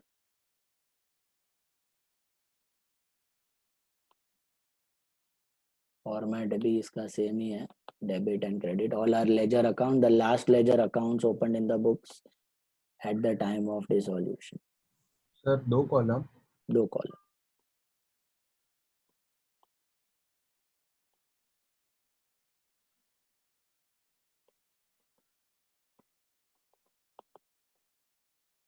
In the books of heart love and mind, इसमें लिखने का in the books of heart love and mind, okay.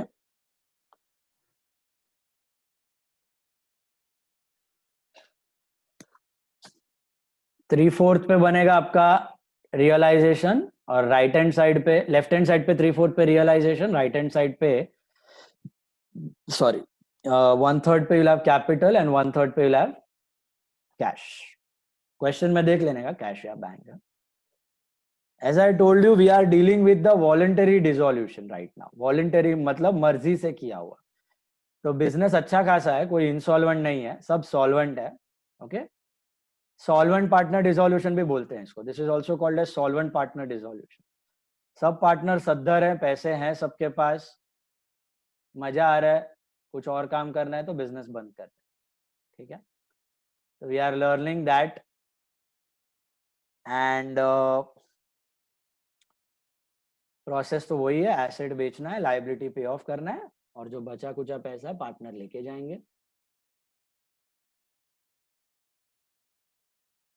सी ना, partner capital, cash and realization. हर एक सम में ये 3 अकाउंट्स तो डेफिनेटली होंगे और होंगे ही, ये 3 तो होने ही वाले हैं। इसको छोड़ के भी और एक्स्ट्रा अकाउंट बनेंगे, which I tell you along with the problem.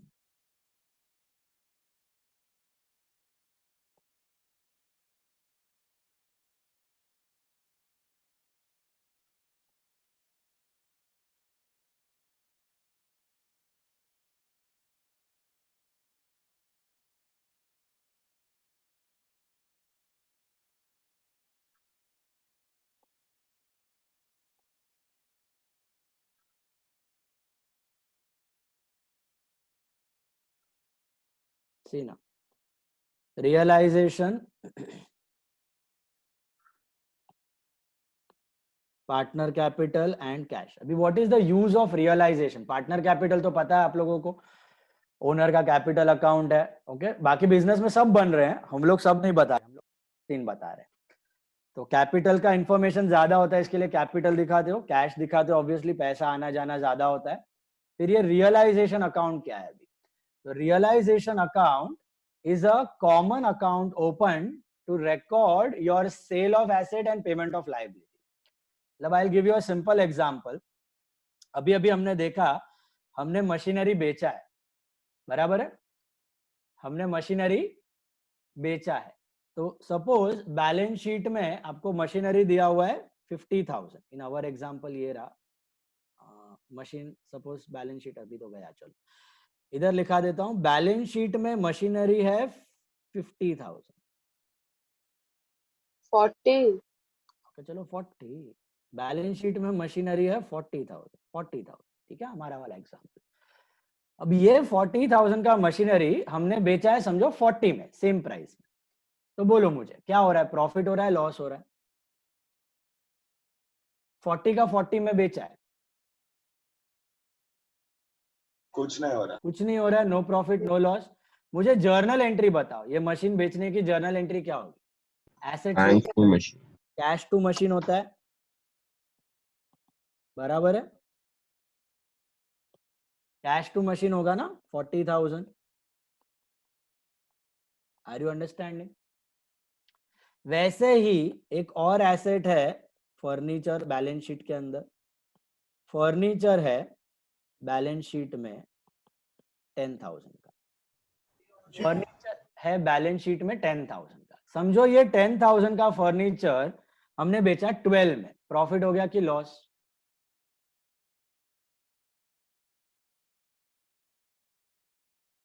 Profit हो गया। तो यहाँ पे एंट्री क्या बनेगी तुम्हारी? Cash to furniture to profit, बराबर है। अच्छा, प्रॉफिट किधर ट्रांसफर किया था हमने? अभी देखा था, where do we transfer the profit? Capital, partners capital, बराबर है। नाउ ये था फर्नीचर 10 का, मैंने बेचा 12 में, तो ये 12। एक और एसेट था से डेटर, बैलेंस शीट में डेटर था 20,000 का, डेटर से आया 16,000, डेटर से आया 16,000, 20 का 16 हो गया। तो एंट्री क्या होता है? Cash bad debts to debtor 24 and 16, correct. अब ये बैड डेट्स क्या है? लॉस है, लॉस किसको जाना चाहिए? Capital account, capital account. तो इधर आ जाएगा कैश, पार्टनर कैपिटल जो भी है टू डेटर, बराबर है। तो हम देखते हैं कि हर एक एसेट का सेल का एंट्री करना है, हर एक एसेट में प्रॉफिट लॉस आ रहा है, हर एक बार हमें कैपिटल में ट्रांसफर करना है। तो इसके लिए हम क्या करते हैं, हम ये सब अलग अलग एंट्रीज नहीं करते हैं। We open a common account called realization account, we open a common account called realization account, ठीक है। तो हम लोग क्या करेंगे, पहले जितना एसेट है ना सबको कॉमन रियलाइजेशन में ट्रांसफर कर देंगे। तो instead of passing this entry cash to machine, I will pass two entries over here. What are the two entries? ध्यान से देखना. I will pass realization to machine 40,000 and cash to realization 40,000. Instead of passing this one entry, I will pass these two entries. क्या करूंगा मैं? Realisation debit में machinery डाल दूंगा पहले बंद करके, और फिर बेचते वक्त एंट्री नहीं पास, एंट्री ये नहीं करूंगा मैं कैश टू मशीन, मैं करूंगा कैश टू रियलाइजेशन. अब क्या हुआ, ये रियलाइजेशन कट हो रहा है, यहाँ पे दिख रहा है आपको, net effect is same, cash to machine. In the second case furniture में मैं क्या करूंगा, मैं ऐसे करूंगा, I won't pass cash to furniture to capital. What I will do, realization to furniture 12,000, no, sorry 10,000 का furniture था, तो realization to furniture 10,000 and then cash to realization to capital. Cash to realization to capital, and this will be 12, 10 and 2. ऐसा करूंगा. Same in case of third example. यहाँ पे net effect तो same है, realisation cut हो रहा है, तो डबल हजाम पट्टी क्यों? काम बढ़ाने का क्यों? काम बढ़ाने नहीं रहे हम लोग, काम एक्चुअली कम कर रहे हैं. Okay, we are reducing the work. Now how are we reducing the work? हम लोग क्या करेंगे, हम लोग एक एक एसेट ऐसे ट्रांसफर नहीं करेंगे, हम लोग पूरा बल्क में जितना एसेट है ना सब ट्रांसफर कर देंगे. रियलाइजेशन में है ना एक एक करके नहीं डालूंगा, रियलाइजेशन में 2 मशीन फिर बेचूंगा, फिर 2 फर्नीचर वापस बेचूंगा, फिर 2 डेटर वापस बेचूंगा, ऐसा नहीं करूंगा. मैं रियलाइजेशन में कॉमन एंट्री मार दूंगा स्टार्टिंग में, realization to machine to furniture to debtor, एक साथ लंप सम. मशीनरी कितने का था? 40,000, फर्नीचर था 10,000, डेटर था 20,000, तो 70,000. तो ये नहीं करने वाला मैं. I am not going to do this individually. First you understood the individual entry, what happened? Instead of selling the asset and transferring the profit, हमने क्या किया, पहले एसेट को बंद करके रियलाइजेशन में डाला और रियलाइजेशन को क्रेडिट कर दिया सेल के वक्त. कैश टू फर्नीचर नहीं मारा, कैश टू फर्नीचर की जगह मारा realization to furniture and cash to realization to profit. Cash to machine नहीं मारा, कैश टू मशीन के जगह मारा realization to machine and cash to realization. तो ऐसे मैं पूरा एक लमसम एंट्री में सब कुछ ट्रांसफर करके रख दूंगा, रियलाइजेशन टू डब डब डब डब डब जो भी एसेट है. अब मतलब क्या हुआ, ये सब एसेट बंद हो चुके हैं, all the assets are shut down and all the assets are inside realization. All the assets are inside realization account. Now, when I want to sell the asset, मैं ये एंट्री नहीं करेगा cash to machine, cash to furniture, cash to debtor, ये नहीं करेगा. मैं क्या मारेगा, सीधा लंपसम कैश टू रियलाइजेशन, एक ही साथ उड़ा देगा सीधा. Cash to realisation. मशीन कितने में सेल किया था? 40. फर्नीचर कितने में? 12 में. डेटर से कितना आया? 16. तो कितना होता है? 16 + 12 28 + 40 68,000 आ गया मेरे को. तो मेरे को सीधा यहां से मेरे को नेट प्रॉफिट या नेट लॉस मिल जाएगा सबका मिला के. Can you check this? Are you making net profit और net loss? You can check it easily. Realization debit कितने से हुआ? 70, मतलब एसेट्स वेर वर्थ 70, और क्रेडिट कितने से हुआ? 68, मतलब हाथ में आया 68. तो बोलो फायदा हुआ कि loss? Loss of 2,000. Loss 2,000 will go to capital. So realization to partner capital 2,000. तो ये इंडिविजुअल करने में और ये लमसम करने में फर्क समझ आ रहा है आपको? इंडिविजुअल करने में आपको हर एक बार cash to asset, cash to asset, cash to asset करना पड़ेगा, तो आपको प्रॉफिट लॉस पता चले और वो कैपिटल में जाएगा. बट रियलाइजेशन बनाने का क्या फायदा हुआ? एक साथ सबके सब एसेट घुस गए रियलाइजेशन. तो अभी हर बार cash to asset, cash to asset, cash to asset करने की जरूरत नहीं. एक साथ लमसम एंट्री मारा, cash to realize. Net entry यही है भाई लोग बहनों लोग, सुनो ये सब. Real net effect is same. What is happening here? Realization is getting nullified. ये नलिफाई हो रहा है। नेट इफेक्ट अगर देखोगे तो क्या मिला, कैश डेबिट हो रहा है, एसेट क्रेडिट हो रहा है, कैपिटल क्रेडिट हो रहा है with the net amount profit. ये सभी एंट्री को आप क्लब करोगे और ये एंट्री देखोगे तो एक ही हो रहा है। सर हाँ सर पार्टनर्स कैपिटल डिक्रीज नहीं होगा उससे, तो डेबिट में नहीं आएगा पार्टनर्स कैपिटल टू रियलाइजेशन का लॉस था कि प्रॉफिट? लॉस हुआ ना सर 2000 में। लॉस था, उल्टा आएगा। लॉस था तो ये एंट्री आएगा, लॉस था तो पार्टनर कैपिटल टू रियलाइजेशन, तो ही नलिफाई होगा ये। इधर देखो, realization debit 70, credit 68, credit 2, this will get nullified and you are left with what, cash 68 to asset, और ये partner capital debit because it was a net loss. यहां पर भी आप चेक करके देख सकते हो, नेट लॉस सेम ही है। इधर दिख रहा है आपको, फर्नीचर पे 2000 का प्रॉफिट, डेटर पे 4000 का लॉस, यही है यहाँ पे, यही दिख रहा है। तो रियलाइजेशन बनाने का यूज क्या है? यूज क्या है? यूज ये है कि जितना एसेट है everything will go to realization. हर एक का प्रॉफिट लॉस इंडिविजुअली ढूंढ के इंडिविजुअली रिकॉर्ड करने की जरूरत नहीं, एक साथ सब बेचो, लमसम जो प्रॉफिट लॉस आया सीधा directly transfer it to partners capital.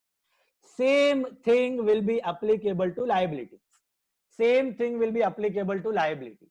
जितना लायबिलिटी है उसको भी डाल दो रियलाइजेशन में, अलग अलग पे ऑफ करने की जरूरत नहीं है, एक साथ पे ऑफ करो, सीधा जो प्रॉफिट लॉस है डाल दो कैपिटल में। I will show you with an example.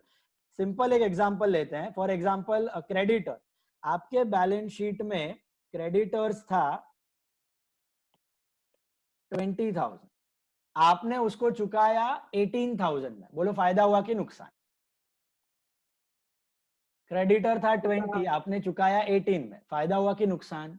फायदा। फायदा। नॉर्मली आप क्या एंट्री करते हो, क्रेडिटर टू कैश टू फायदा, फायदा मतलब discount, discount goes to capital, ultimately partners capital में गेन हो गया 20, 18 and 2, right? Instead of passing this entry, we'll pass two entries. What two entries? Creditors to realization, creditor बंद करके डाल दो realization में 20, and then realization to cash to partner capital, realization to cash to partner capital. Net effect will be same, realization gets nullified, but ये एक entry है, इसके लिए ये दो बन के दिख रहा है, लेकिन ये कॉमन एंट्री सभी लायबिलिटी को अप्लाई हो जाएगा। आपके पास 4 लायबिलिटी थी, बैंक लोन था, क्रेडिटर था, बिल्स पेबल था, आउटस्टैंडिंग एक्सपेंस था, चारों के लिए यही कॉमन एंट्री हम लोग पास कर देंगे। हम लोग क्या करेंगे, पहले ही all creditors, bank loan, bills payable, outstanding expense to realization, पहले डाल देंगे रियलाइजेशन में, फिर पे करते वक्त realization to bank, realization to bank, real cut, net entry same, and ultimately जो बढ़ा है realization, डेबिट बढ़ा है तो लॉस, क्रेडिट बढ़ा है तो प्रॉफिट। समझ आई बात? ब्रेकअप एंट्री समझ रहे? What did we do? Instead of selling each and every asset recording profit and loss, instead of paying each and every liability recording profit or loss, what do we do? Transfer every asset and liability to realization, sell out from there, pay out from there, and record your profit or loss, transfer it to partners capital. See, with the problem I'll tell you now, problem के साथ देखते जाओ। first problem देखो, first problem dissolution, all of you have the accounts, देखते जाओ। First problem, step number 1 of dissolution, वहां पे भी मैंने स्टेप्स दिया था एडमिशन रिटायरमेंट में, यहां पर भी स्टेप्स है, बाद में लिखवा दूंगा। Step number 1, empty the balance sheet, पूरा बैलेंस शीट खाली करो, पूरा बैलेंस शीट खाली करो। Okay, start with the liabilities, you can see HLM capital, where should I write the capital? Balance, balances 31, 12, 16 की बैलेंस शीट बनी है, हम लोग उस दिन को अभी बिजनेस बंद कर रहे हैं, तो वहां का क्लोजिंग बिकम्स यहाँ का opening, by balance BD, by balance BD 20, 15 and 10, 20, 15 and 10,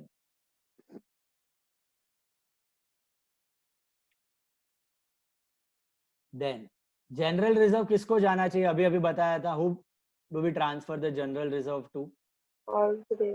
all three partners. तो बाय जनरल रिजर्व जो हम लोग एडमिशन रिटायरमेंट में कर रहे थे, बाय जनरल रिजर्व अकाउंट कितना सर है? उन लोग का रेशो क्या है? कुछ नहीं दिया है, मतलब 1:1:1 इक्वल पार्टनरशिप एक्ट। सो 3000 3000 3000 कुछ नहीं दिया है तो PSR is equal. Then cash account है तो कैश को अलग से दिखा देना, कैश की डिटेल्स होती है। कैश को हम बेचने वाले नहीं है तो कैश रियलाइजेशन में नहीं जाएगा। Cash will be separately shown as to balance BD. कितना कैश आया कैश गया ये डिटेल ये अकाउंट में दिखा देंगे हम लोग। 2000 ऑलरेडी कैश था हमारे पास। अभी आपको दिख रहा है नीचे सब एसेट की सेल वैल्यू दी गई है। They decided to dissolve the firm, assets realize as under building 60, furniture 2, stock 26, creditors accepted 10,000 in full payment. तो ये सब इंडिविजुअली करने की जरूरत नहीं है। आप क्या करोगे, पहले जितने एसेट दिखाई दे रहे हैं आपको, बिल्डिंग फर्नीचर स्टॉक, धड़ाक से एक एंट्री में आप उसको ट्रांसफर कर दोगे रियलाइजेशन में। अच्छा, what is the transfer entry? Logic is very simple. Tell me what balances do assets have, debit और क्रेडिट? Debit. डेबिट। डेबिट को बंद करना है तो क्या करते हो? Credit. क्रेडिट देते हो। तो एसेट को क्रेडिट दो और रियलाइजेशन को डेबिट दो। तो रियलाइजेशन को डेबिट दिया और एसेट को क्रेडिट दे दिया, मतलब एसेट में आएगा बाय रियलाइजेशन और रियलाइजेशन में to assets. Simple as that.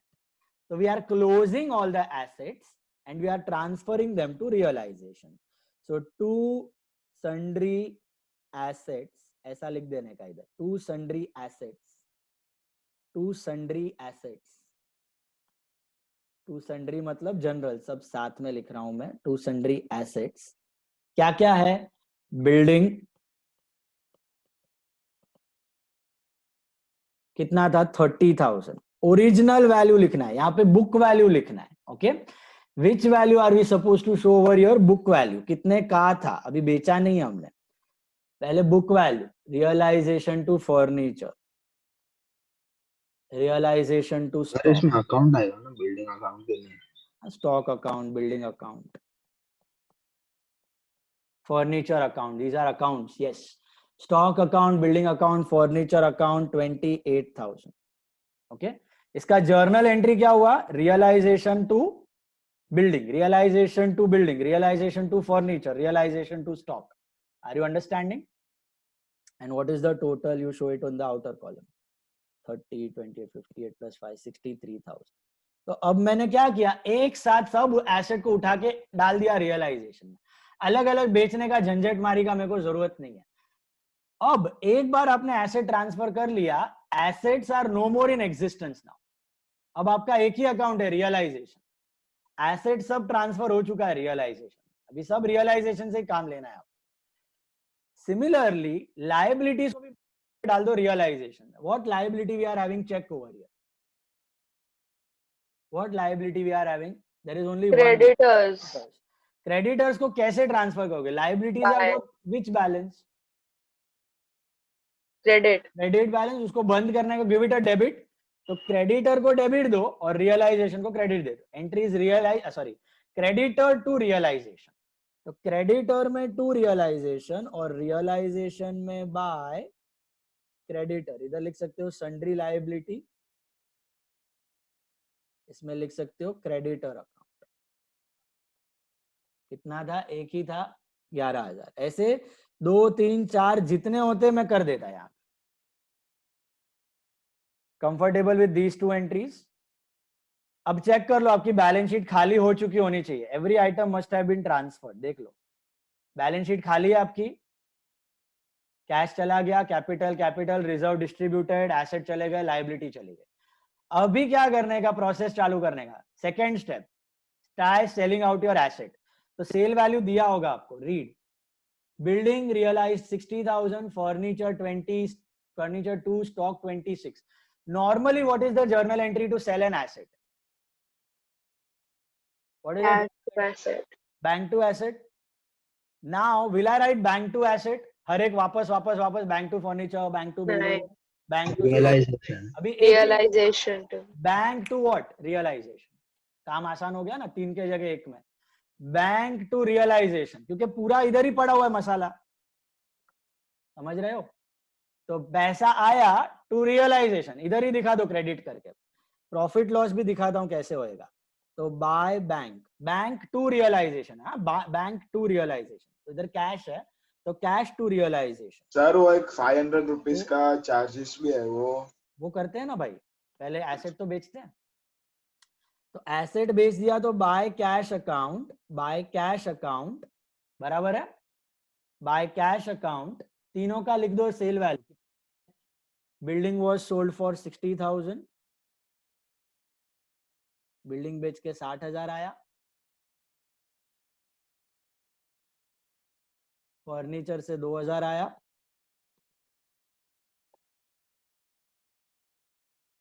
Stock से 26 आया। टोटल कितना होता है? 88,000। 88,000 is you what you got. अभी प्रॉफिट लॉस आपको अभी नहीं करना है, अपने आप वो रियलाइजेशन आपको करके देगा। इधर देखो कितने के एसेट थे? 63 के थे। कितने में बेचे? 88 में। प्रॉफिट हुआ कि लॉस? Net profit. वो ऑटोमेटिकली क्रेडिट बड़ा है, डेबिट छोटा है। जैसे आप ट्रेडिंग पीएनएल बंद करते हो प्रॉफिट आता है, वैसे यहाँ पे प्रॉफिट आ जाएगा, चला जाएगा कैपिटल। अलग अलग प्रॉफिट लॉस कैलकुलेट करने की झंझट नहीं है। एक साथ हमने तीनों एसेट उड़ा दिया, प्रॉफिट लॉस एडजस्ट हो गया। वैसे ही लायबिलिटी को पे ऑफ करना है। अभी एसेट बेचने के बाद काम खत्म नहीं हुआ है। Third step is pay off liability. पहला स्टेप था empty the balance sheet, second step था sell out the asset, third step is pay off the liability. तो लायबिलिटी कौन सी चुका ये पढ़ो। Creditors accepted ₹10,000 in full payment, can you all see that? उसके साथ एक और चीज दिया है, रियलाइजेशन एक्सपेंसेस अमाउंटेड टू 500। अब ये खर्चा आपका हर एक प्रॉब्लम में होगा और होगा ही। Can you tell me what is that 500 rupees?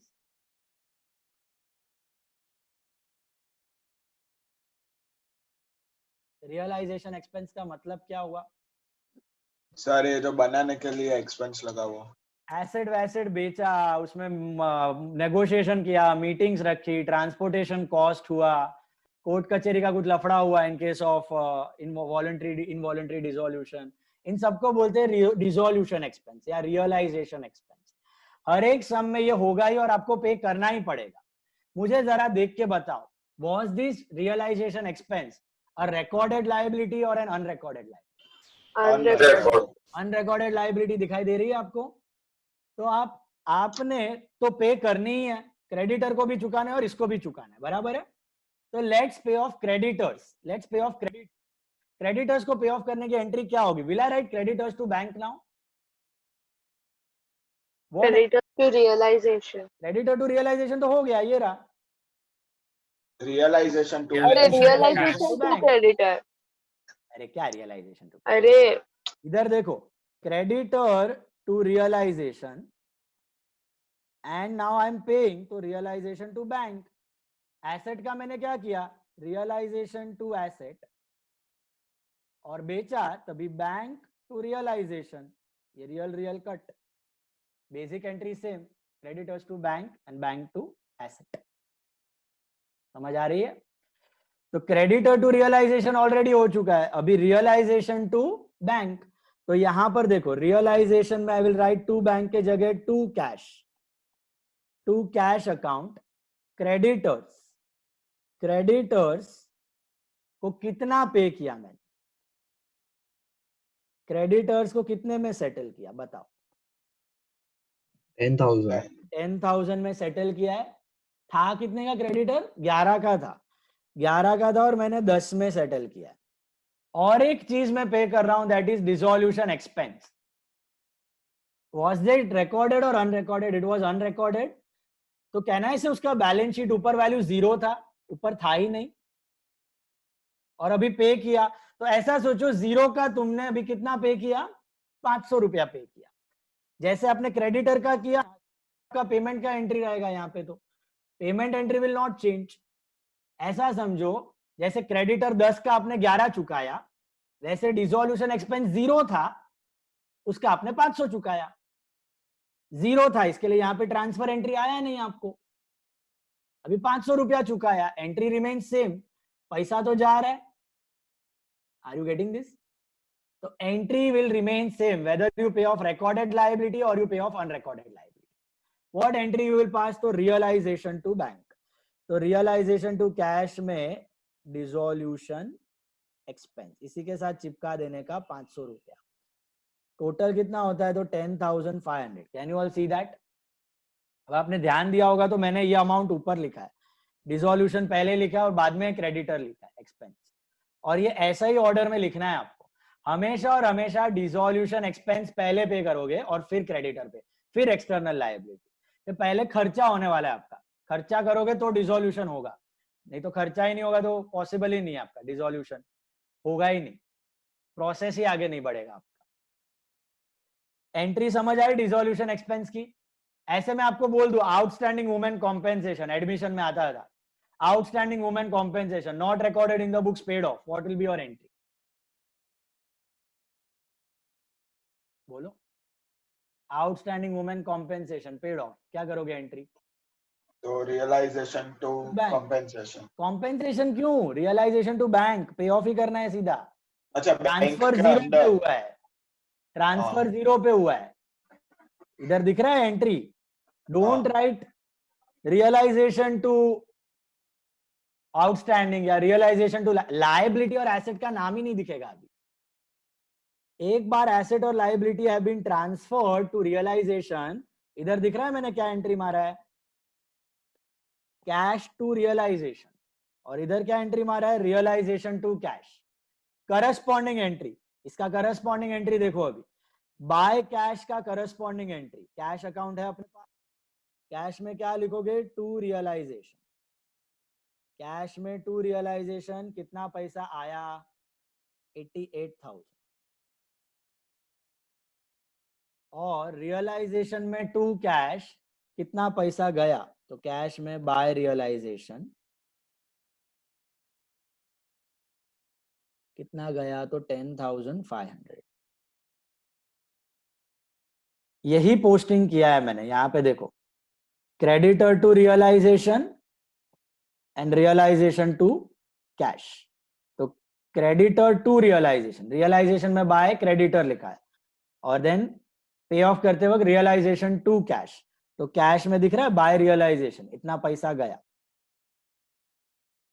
और रियलाइजेशन में ऊपर सेल के लिए लिखा है बाय कैश, तो कैश में आ गया टू रियलाइजेशन, इतना पैसा आया। तो आप ले दे के अभी लॉजिकली सोचो क्या हो गया? हो गया, सम खत्म हो गया, अभी बंद करने का। अगर लॉजिकली सोचो तो क्या हुआ? आपका एसेट आपने 88 में बेचा है, 63 का एसेट था, आपने 88 में बेचा है, तो बढ़िया लॉजिक लगाओ, 63 का 88 में बेचा, तो कैन आई से 25 का प्रॉफिट हुआ? यस और नो? 63,000 का एसेट आपने 88 में बेचा, 25 का प्रॉफिट हुआ, अग्री?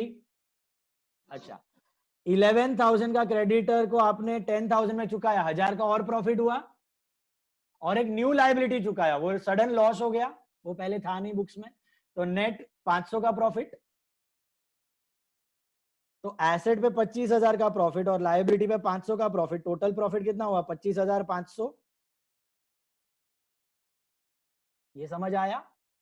बस अभी यही प्रॉफिट आप रियलाइजेशन को बंद करो, अपने आप मिल जाएगा।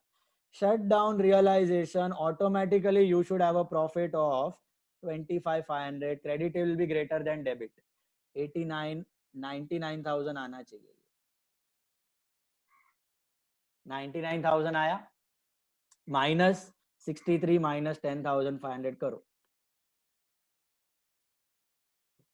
25,500 मिलेगा। किसको जाना चाहिए 25,500? Tell me. तीनों पार्टनर। एंट्री क्या रहेगी यहाँ पे? To partner capital account. कौन कौन है? Heart, love and mind equal ratio है, तो heart cap, love cap, mind cap. तो यहाँ पे क्या किया हमने? बैठा दिमाग में, हमने एक शॉर्टकट डाला, हमने हर एक एसेट हर एक लायबिलिटी का इंडिविजुअल बेच के प्रॉफिट लॉस ढूंढा ही नहीं, हमने एक साथ सब एसेट को बेचा, एक साथ सब लायबिलिटी को बेचा, लमसम प्रॉफिट उठाया, डाल दिया कैपिटल में। 8,500, 8,500, 8,500, that's your profit. Is that clear? अच्छा, रियलाइजेशन में 2 पार्टनर कैपिटल है, तो पार्टनर कैपिटल में क्या लिखोगे? By realization, corresponding entry, by realization 8,500, 8,500, 8,500। Now बस बंद करना है partner capital. Will you have any closing balance in partner capital? दिमाग लगा के बताना मेरे। Will you have any closing balance to balance CD? Balance कब होता है? जब बिजनेस कैरी फॉरवर्ड होने वाला होता है। यहाँ पे बिजनेस कैरी फॉरवर्ड नहीं हो रहा है, बंद हो रहा है। याद है लास्ट में क्या किया था पार्टनर कैपिटल को हमने एग्जांपल में? सर वो कैश से बाद में हम लोग ने पे ऑफ किया था ना। रिटायरमेंट में याद है पार्टनर को सेटल करते थे 2 बैंक। इधर तीनों रिटायर हो रहे हैं, सबको सेटल कर दो, 2 कैश 2 कैश 2 कैश। आपके पास कैश उतना ही बचा होगा जितना इनको देना है। हमारे बैलेंस शीट में देखा था ना आपने, 90,000 बचा था और 90,000 पार्टनर उठा के लेके गए। ऑटोमेटिकली उतना ही कैश बचा है जितना इनको देना बाकी है, तो इनको बंद करो और सेटल करो। तो इसको कितना देना है? 20,000 प्लस 3 23 प्लस 8, ये 23 प्लस 8 31,500। इसका लॉजिक समझ आ रहा है? 31,500 प्रॉब्लम में भी दिखाया था ना मैंने। इसको capital plus share of reserve plus ये 8,500 में क्या पड़ा है? हर एक एसेट और लायबिलिटी का प्रॉफिट लॉस पड़ा है। हर एक एसेट और लायबिलिटी का प्रॉफिट लॉस इसके अंदर आ गया 8,500। तो इसका बैलेंस इज 31,500। दूसरे वाले का कितना आ रहा है देखो, 15 प्लस 3 18 प्लस 8 26,500, 26,500, 26,500। और तीसरे वाले का कितना आ रहा है?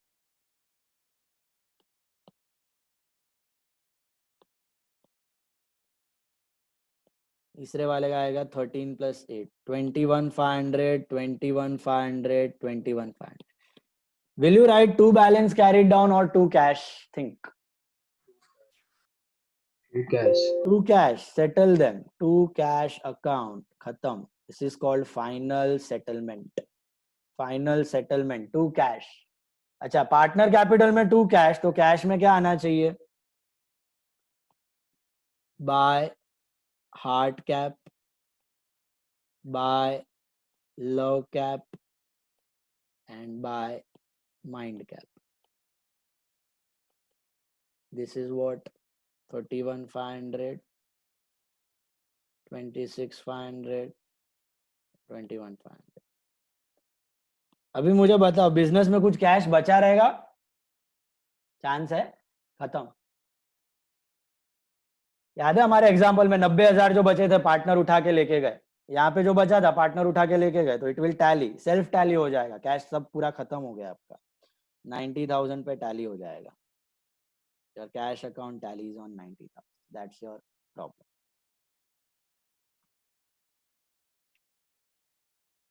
इतना सा ही सार है डिसोल्यूशन का। अरे ये सॉल्वेंट बिजनेस का था ना? Solvent business, chances are 90% solvent business, 10% insolvent. वो भी करेंगे, सब करेंगे। ये समझ आया आपको? यहाँ तक रिवाइज करना, इसको देखना बराबर से, गो थ्रू करना प्रॉब्लम को। ओके, वीडियो आपको मिल जाएगा आज, ओके, लेक्चर के बाद 3-4 hours 5 hours later. If you have any doubts, queries, let me know. We are meeting now on Wednesday. No homework for today, okay, just revise the objectives and all, that's it. No written homework. Wednesday milte hain 7:30. If you have any doubts, wait, otherwise you can leave. Tada, bye bye.